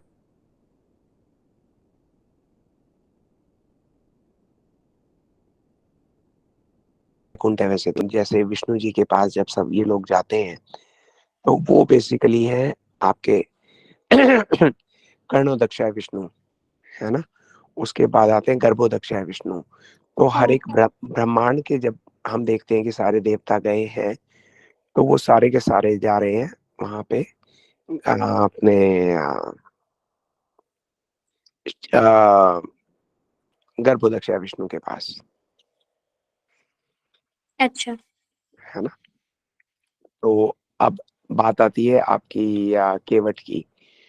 तो केवट जहाँ पे थे वहां पे जो नारायण थे उनकी सेवा में लक्ष्मी जी बैठी हुई है, और ऊपर जो शेषनाग है वो उनकी शैया पे बैठे हुए हैं। तो कछुए की जो इच्छा है वो है ठाकुर जी के चरणों को प्राप्त कर लेने की, लेकिन वहां पे नहीं उनको करने देते। लेकिन हैविंग सेड दैट, क्योंकि वो जो कछुआ है वो भगवान का एक किस्म से वैकुंठ का परिकर है, ठीक है। तो जब भगवान यहाँ पे राम रूप में आते हैं तो भी हम देखते हैं कि कई लीलाओं से जो परिकर हैं वो यहाँ पे आते हैं, और वो अलग अलग उसमें रोल अपने अपने ले लेते हैं। कई बार एक रोल के अंदर, एक व्यक्ति के अंदर दो जो है परिकर वो भी प्रवेश करते हैं। जैसे कि जब भगवान ने कहा कि भाई मैं गोकुल में पैदा होऊंगा, और स्वर्ग के जो देवी देवता थे उन्होंने भी वहां पे जन्म लिया, लेकिन स्वर्ग के जो देवी देवता थे उनकी तो इतनी औकात ही नहीं है कि वो गोकुल में जन्म ले सके। तो उन पे कृपा की गई, इसलिए उन्होंने गोकुल के जो परिकर थे उनके शरीर में आश्रय ग्रहण किया, शरण ले ली, क्योंकि डायरेक्ट तो वो नहीं आ सकते ना, इसलिए वो वैसे ही बस थोड़ी सी शरण लेके बैठ गए। तो उसी प्रकार से केवट जो थे वो भी यहाँ पे आए। वो जो कछुआ था वो केवट की शरण लेके आया, क्योंकि जो केवट है वो आपके साकेत धाम के परिकर है, अयोध्या से आए हैं, है ना। उनका रोल ये है कि भगवान जो है अपने राज्य से निकले हैं और उदास हैं, और मैंने उनको हंसाना है। तो इसलिए जब केवट जो है उनके भगवान के चरणों को धो रहे हैं और भगवान का पैर पकड़े हुए हैं और कह रहे हैं दूसरा पैर यहाँ रखो, तो भगवान कह रहे हैं मैं जंप कैसे करूं, भगवान हंसने को है। और हंसते हंसते वो सीता जी को देख रहे हैं और लक्ष्मण जी को, कि देखो जब ये कछुआ मेरे पैरों को टच करना चाह रहा था आपने इसको टच नहीं करने दिया, अब ये मेरे पैर पकड़े बैठा है और आप दोनों कुछ भी नहीं कर पा रहे हैं, है ना। भगवान को हंसाने के लिए उनकी एक भूमिका थी। तो भगवान के जो परिकर हैं भगवान अपने साथ उनको लेके आते हैं विभिन्न विभिन्न लीला करने के लिए, उनको पात्रता देने के लिए। आ, भगवान की मर्जी, वो जो चाहे कर सकते हैं। उनके पात्र जो है उनके साथ चलते हैं, always ready to bring a smile to his face. तो ये वो लीला है ना। तो भगवान कुछ भी कर सकते हैं, कोई रेस्ट्रिक्शन नहीं है उनपे। ठीक है प्रभु जी, हरे कृष्ण। ओके दीदी, हरे कृष्णा। हरे कृष्णा प्रभु जी, दंडवत प्रणाम। हरे कृष्णा प्रभु जी, दंडवत प्रणाम। कैसे हैं आप? प्रभु जी मैं ठीक हूँ। प्रभु जी आज का सेशन बहुत अच्छा लगा। प्रभु जी मेरा एक क्वेश्चन है जी वैष्णव अपराध से कैसे बचा जाए? ये देखिए, इसके ऊपर तो भक्ति विनोद ठाकुर ने पूरी बुक लिख दी है वैसे तो। लेकिन सबसे पहले तो यही है कि हमारी जो भक्ति है प्रभु जी, उसकी जो पहली स्टेज है उससे ही भगवान से हमें ये प्रार्थना करनी चाहिए कि हमें सत्संग में रखे, और हम किसी भी प्रकार से हमारे हृदय में कोई विषाद ना आए। जो पहला वो है नियम है किसी भी चीज का। संस्कृत में एक बात कही गई है, विद्या ददाति विनयम। हमारे मन में विनय आना चाहिए, ह्यूमिलिटी आनी चाहिए। वो प्रैक्टिस के साथ आएगी, भक्तों के साथ जब संग रहेगा तो उससे आएगी प्रभु जी। आ, हमें हमेशा जो गलती है वो स्वयं में देखने का प्रयास करना है। उससे क्या होगा, हमारे पास टाइम कम होगा दूसरों की गलतियां ढूंढने का। हमें बिजी रखना है खुद की गलतियां ढूंढने में, खुद की ऑडिटिंग करने में कि हम क्या कर रहे हैं क्या नहीं कर रहे। उससे हमारा ध्यान जो है दूसरों पे कम जाएगा और वैष्णव अपराध होने के चांसेस भी कम हो जाएंगे। जितना हम अपने से सीनियर वैष्णवों के साथ रहेंगे उनके आचरण से हमें देखने सुनने को मिलेगा, और जितना वाचो वेगम रहेगा प्रभु जी उतना हमारे लिए अच्छा है। क्योंकि देखिए इसमें कलयुग में एक बात है कि जब तक कोई बात आपके हृदय में है, चाहे वो कितनी पापमयी हो, तो भी वो अभी पाप हुआ नहीं है, अपराध हुआ नहीं है जब तक आपने उसे कहा नहीं है। तो वाचो वेगम का अभ्यास करते रहिए, भक्त के बीच में रहिए, स्वयं को जो है सुधारने के पीछे ध्यान लगाइए, ताकि दूसरों की कमियां देखने का आपको मौका ही ना मिले। बाकी गुरु जी से प्रार्थना करते रहिए प्रभु जी। जी प्रभु जी, धन्यवाद। हरे कृष्ण प्रभु जी। कृष्ण प्रभु जी, दंडवत प्रणाम। दंडवत प्रणाम प्रभु। हरे कृष्णा सुरेंद्र प्रभु ji. Hare Krishna, thank you very much प्रभु जी, बारी आई, धन्यवाद। हरे कृष्णा प्रभु जी, धन्यवाद, प्रणाम। प्रभु जी, जब भी कोई सीख रहे होते हैं, कोई क्लास में जाते हैं, तो हर एक की ना एक टेक्स्ट बुक होती है, एक रेफरेंस बुक होती है। आप मेरे से ज़्यादा जानते हैं, तो इस टॉपिक की टेक्स्ट बुक कौन सी आप रिकमेंड करते हैं और रेफरेंस बुक कौन सी रिकमेंड करते हैं? प्रभु जी, यू स्टम्प्ड मी टुडे। जी, ऐसा मैं आपको कुछ बताया, क्योंकि ये टॉपिक क्या है ना प्रभु जी।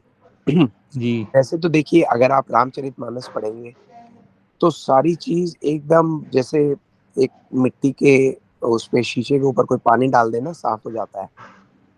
उसमें सारी चीजें ऐसे क्लियर होती चली जाती हैं। खासकर जो मेरा इनिशियल डाउट था, मुझे ये समझ में आया कि मैं भक्ति में भगवान गौरी शंकर की कृपा से ही आया हूँ। फिर मुझे पता चला मैं अकेला थोड़ा हूँ, हर एक व्यक्ति ऐसे ही आया है। तो अगर आप रामचरितमानस पढ़ेंगे तो उससे आपको पता लग जाएगा, शुरू में लिखा हुआ है कि जो भगवान शिव जी के प्रति अपराध करता है उसे भगवान राम की भक्ति कभी नहीं मिल सकती, है ना। तो सबसे जी पहले तो हमें जो भगवान गौरी शंकर है, पार्वती जी है, शिव जी है, गणेश कार्तिकेय है, नंदी जी है, ये सब समझते हैं कि ये किस प्रकार से हमारे परिवार का हिस्सा है और किस प्रकार से ये हमें गोदी में उठा उठा के भक्ति में आगे लेके जा रहे हैं। तो Ramcharitmanas is an excellent start for that count प्रभु जी। शुरू से लेकर लास्ट तक उसको अगर हम पढ़ेंगे तो बहुत सारे एस्पेक्ट बहुत क्लियर हो जाएंगे हमें।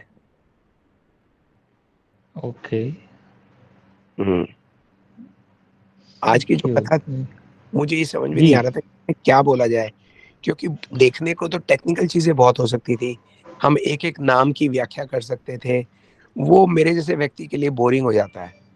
मेरे को ये है कि एक ऐसी बात बोलो जो सीधा समझ में आए, एक ही बारी में सरल हो, सहज हो, ए टू जेड हर आदमी उसको फॉलो कर पाए, है ना। हमें ज्यादा टेक्निकल में जाके क्या करना है जब जीवन इतना हमारा कम है ना। हमें तो काम की बात बस समझ में आ जाए। रामचरितमानस में लिखी हुई है, शिव जी ने अप्रूव की हुई है, यज्ञ जी ने अप्रूव की है, बस उसी को हम समझ ले, वो बहुत है हमारे लिए। उन्होंने कोई गलत थोड़ा कही है। बिल्कुल। So thank you for this recommendation. Okay, topic करते हैं। No thank problem. You. Hare Krishna. Hare Krishna. Hare Krishna. Surekha माता जी। हरे कृष्णा प्रभु, दंडवत प्रणाम। दंडवत प्रणाम दीदी, हरे कृष्ण। हाँ प्रभु जी, आपने इतने अच्छे से समझाया और हम सभी गुरु जी से जो सुन रहे हैं बार बार कि सर्वोपरि जो है जी कृष्ण भगवान जी हैं। तो प्रभु जी, हम ये कोशिश तो कर रहे हैं, लेकिन कभी कभी मन भटक जाता है कि नहीं इनको भी करना। अब तो खैर काफी फर्क पड़ गया मुझ में भी, नहीं तो पहले भटके रहते थे कि क्या करें, इनको भी नमस्ते करनी, उनको भी करनी, उनको भी करनी, जैसे ऐसा हो जाता था। ये है कि हमें ये बताया विशाखा दीदी ने कि हमने निरादर नहीं किसी का करना, आदर ही करना, आदर भाव से नमस्कार करना उनको। लेकिन मानना यही है कि कृष्ण भगवान सर पर धीरे धीरे प्रभु जी अब इस लाइन पे हम पटड़ी पे आ रहे हैं कि मतलब जो भी, जैसे आपने आज बताया दुर्गा देवी जी के लिए कि दुर्गा माता हमारे लिए क्या है, क्या करती हैं। तो धीरे धीरे से पहले मैं भी पूरे नवरात्र रखती प्रभु जी, लेकिन ये फर्स्ट टाइम है कि मैंने नवरात्रि नहीं रखे। और जो रखा है बोल मन में ये आता है कि जो है ये श्रीमती राधा रानी है, इनकी शक्तियां ये सारी, तो उनको ही हम प्रणाम करते हैं। क्या ये ठीक है, ये गलत है? जी, एक्चुअली तो आपने नवरात्रि पहली बार रखी ही आप है। नवरात्रि रखने का मतलब ये है दुर्गा जी को प्रसन्नता देना, उनको खुश करना। जी आज वो खुश हुई है, वो कह रही है कि इतने दिनों से ये जो जेल में व्यक्ति था, ये मेरी बात सुन ही नहीं रहा था, अब इसने मेरी बात सुननी शुरू की है, अब ये जेल से बाहर होने वाला है। आज वो जी। बहुत। तो प्रभु जी, मैं एक और बात पूछना चाहती हूँ कि जैसे हमारे को रिचुअल्स हैं कुछ, जैसे घर में हम अपनी होली अष्टमी जी का रखते हैं, और गणेश चतुर्थी एक होती है हमारे, जिसको तिल चतुर्थी बोलते हैं, वो हमारे बच्चों के लिए होती है। पर प्रभु जी, इस बार मेरा मन कर रहा है, लास्ट टाइम तो मैंने गणेश जी का रखा था, लेकिन मैंने भोग जो लगाया था कृष्ण जी को लगाया था। इस बार भी मेरा यही मन है, लेकिन जो होली अष्टमी जी का व्रत है, मेरा दिल करता है कि मैं श्रीमती राधा रानी जी के लिए क्यों ही अर्पित करूं। क्या ये ठीक है? जी, ये ही ठीक है, इसके अलावा और कुछ तो मतलब करना जो है वो बेकार ही है, क्योंकि शिव जी लेंगे ही नहीं। वो कहेंगे कि अरे आपने मेरे भगवान को तो भोग नहीं लगाया, मैं कैसे लूंगा। तो वो ठीक आपने बनाया भी, उनको मिला भी नहीं, उसका लाभ जी किसको हुआ? ठीक है प्रभु जी। और प्रभु जी आज आपने कथा में इतना विस्तार से इतने अच्छे से समझाया प्रभु जी, और बड़ा ही अच्छा लगा। कई बातें मेरे से छूट गई हैं, जो निशा दीदी हैं ये भेज देती हैं बाद में लिंक। ये सबने बोला कि हमें लिंक भेज देना बाद में, तो जी कथा सुनूंगी दोबारा इसको। बहुत अच्छा लगा प्रभु जी, और आपने इतने अच्छे से समझाया कि दिमाग में बात बैठ गई। आगे भी मैं कथा आपकी सुनती हूँ प्रभु जी, जो मुझे पता चल जाए कि आपने कथा करनी है आज या बोलनी है, तो मैं कोशिश करती हूँ कि उसको जरूर अटेंड करूँ। और बहुत अच्छे से आप समझाते हो जी। हमारी जनिशा दीदी हैं, विशाखा दीदी हैं, गहना दीदी हैं, सारे इतने अच्छे गुरु हैं हमारे। इनसे तो मैं कहती हूँ भगवान के साथ जोड़े रखे हम सबको। जी हरे जी। कृष्णा। हाँ हरे जी, हरे हरे कृष्णा। दंडवत प्रणाम। कोई गलती होगी मेरे बोलने में है तो मन बुद्धि मुझे समझ में नहीं होता मैं क्या बोलना चाहती हूँ, क्या बोल रही हूँ, नहीं, लेकिन आप हाँ बिल्कुल जी सही बात की।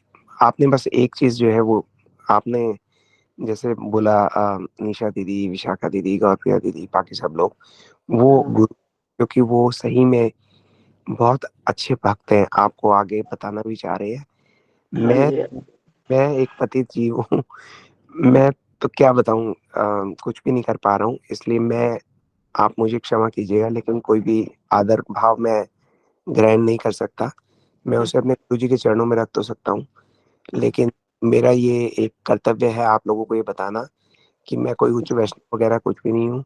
मैं तो केवल एक प्रयास कर रहा हूँ गुरु जी को प्रसन्न रखने के लिए, कि भाई वो सोचें कि और कुछ नहीं कर रहा तो कोई कुछ तो कर रहा है।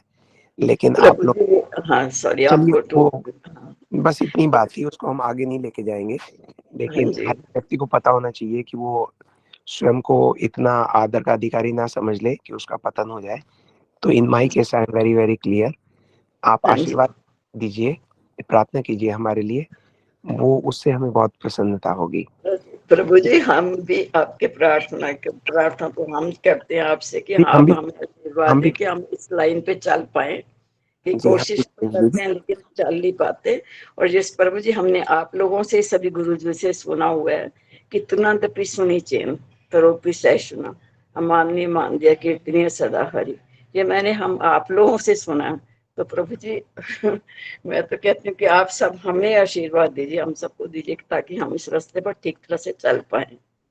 जी, हम सब एक दूसरे के लिए प्रार्थना करेंगे दीदी। हरे कृष्ण। हरे कृष्ण। बड़े दंडवत प्रणाम। दंडवत प्रणाम। गलती के लिए क्षमा करना, कोई गलती होगी बोलने में तो प्लीज। नहीं नहीं दीदी, नो प्रॉब्लम। हरे कृष्ण। जी, हरे किसी और कोई और प्रश्न? रामकृष्ण हरिदास प्रभु जी का एक प्रश्न है। हाँ अवश्य बोल। हरे कृष्ण। दंडवत प्रणाम सबसे पहले आपको कि जो है दंडवत हम प्रणाम एक प्रभु जी। जो है गौड़ी वैष्णव परंपरा में, भगवान गौरांग परंपरा में जो है मिल रहे हैं आप जैसे एक सुंदर भक्त से। और बहुत अच्छा आपने कथा जो है कहा, जो है एक एक पॉइंट को बहुत स्पष्ट रूप से रखा, और इसको जो है इतना सरल रूप से आपने समझाया, इतना विस्तार कथा को आपने इतना सरल शब्दों में, कम से कम शब्दों में इसको जो है रखा, जिससे हम लोग जो है इसमें नवरात्र की पूरी महिमा को सही ढंग से समझ सके। और अगर यह कथा जो है जनमानस के बीच जो है जाए, तो जो माता दुर्गा का जो रखते हैं 9 दिन का व्रत, और उसमें जो है सकाम इच्छाएं कर लेते हैं कि हमको ये चाहिए, हमको वो चाहिए, हमको नौकरी चाहिए। तो अगर ये चीज समझ जाए कि जो चीज जो है हमको चाहिए वो तो हमको वैसे ही जो है भगवान दे रहे हैं, और माता जो है भगवान के जो आदेश पे हम सबको दे रही हैं, तो हम जो है सही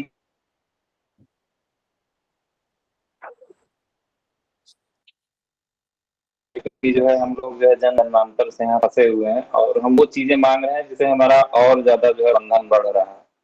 तो आपने बहुत सुंदर ढंग से जो है रखा, और जो है एकदम उसमें जो है आपकी ये प्रतिभा है, और ऐसा बिल्कुल आप मत कहिए। जो है हम लोगों को आप आशीर्वाद दीजिए।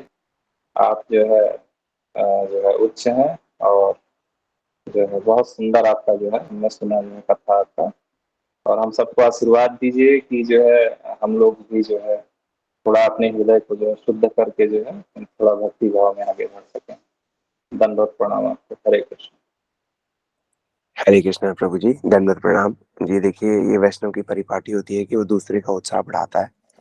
जिस प्रकार से आपने आपके शब्दों का जो चयन है I can see your clear intention to encourage me. आप उत्साह बढ़ाना चाह रहे हैं मेरा, उसके लिए मैं आपका बहुत बहुत आभारी हूँ। और जैसे मैंने दीदी को कहा, हम सब लोग एक दूसरे के लिए प्रार्थना करेंगे कि हम सब भक्ति में आगे बढ़े, एक दूसरे का संबल बने, जी, एक दूसरे में कमी ना देखें, एक दूसरे में अच्छाई देखें और हमेशा एक दूसरे को प्रोत्साहित करें और धीरे धीरे आगे बढ़ते रहने के लिए। तो प्रभु जी, ये जो कथाएं हैं ये हमने गुरुजनों से सुनी है, भक्त लोगों से सुनी है, वैष्णव जनों से सुनी है। तो समाज में ये तभी पहुंचेगी जब आपके और मेरे जैसे लोग इसको और बोलेंगे। तो आप भी बोलिए। आपने 1 मिनट के लिए बोला, लेकिन आपकी आवाज़ से मुझे पता लग गया कि आप अपने अपने स्तर पे प्रचार अवश्य करते हैं। तो आप प्रभु जी कथाओं को और आगे बढ़ाइए, हमें भी और आगे आप सजेशंस देते रहिए कि किस प्रकार से हम जो चैतन्य महाप्रभु का मिशन है उसको और आगे बढ़ा सकते हैं। आज यहाँ पे आने के लिए, हमारे साथ जुड़ने के लिए आप सब लोगों का बहुत बहुत धन्यवाद। दीदी कोई और? धन्यवाद प्रभु जी, धन्यवाद। नहीं प्रभु जी, बस सबके प्रश्न हो गए हैं, और जिसका कोई प्रश्न होगा तो वो अगले सेशन में या फिर अपने ग्रुप्स में पोस्ट कर सकते हैं, तो जिससे हम ग्रुप से भी क्वेश्चंस ले सकते हैं। तो अब काफी समय हो गया प्रभु जी, आप भी थोड़ा रेस्ट कर लीजिए। जी ठीक। हरे कृष्ण प्रभु जी, दंडवत प्रणाम। आप सब लोगों को हरे कृष्ण प्रभु जी, दंडवत प्रणाम। हरे कृष्ण प्रभु जी, दंडवत प्रणाम प्रभु जी। हरे कृष्ण दीदी, हरे कृष्ण प्रभु जी, हरे कृष्ण।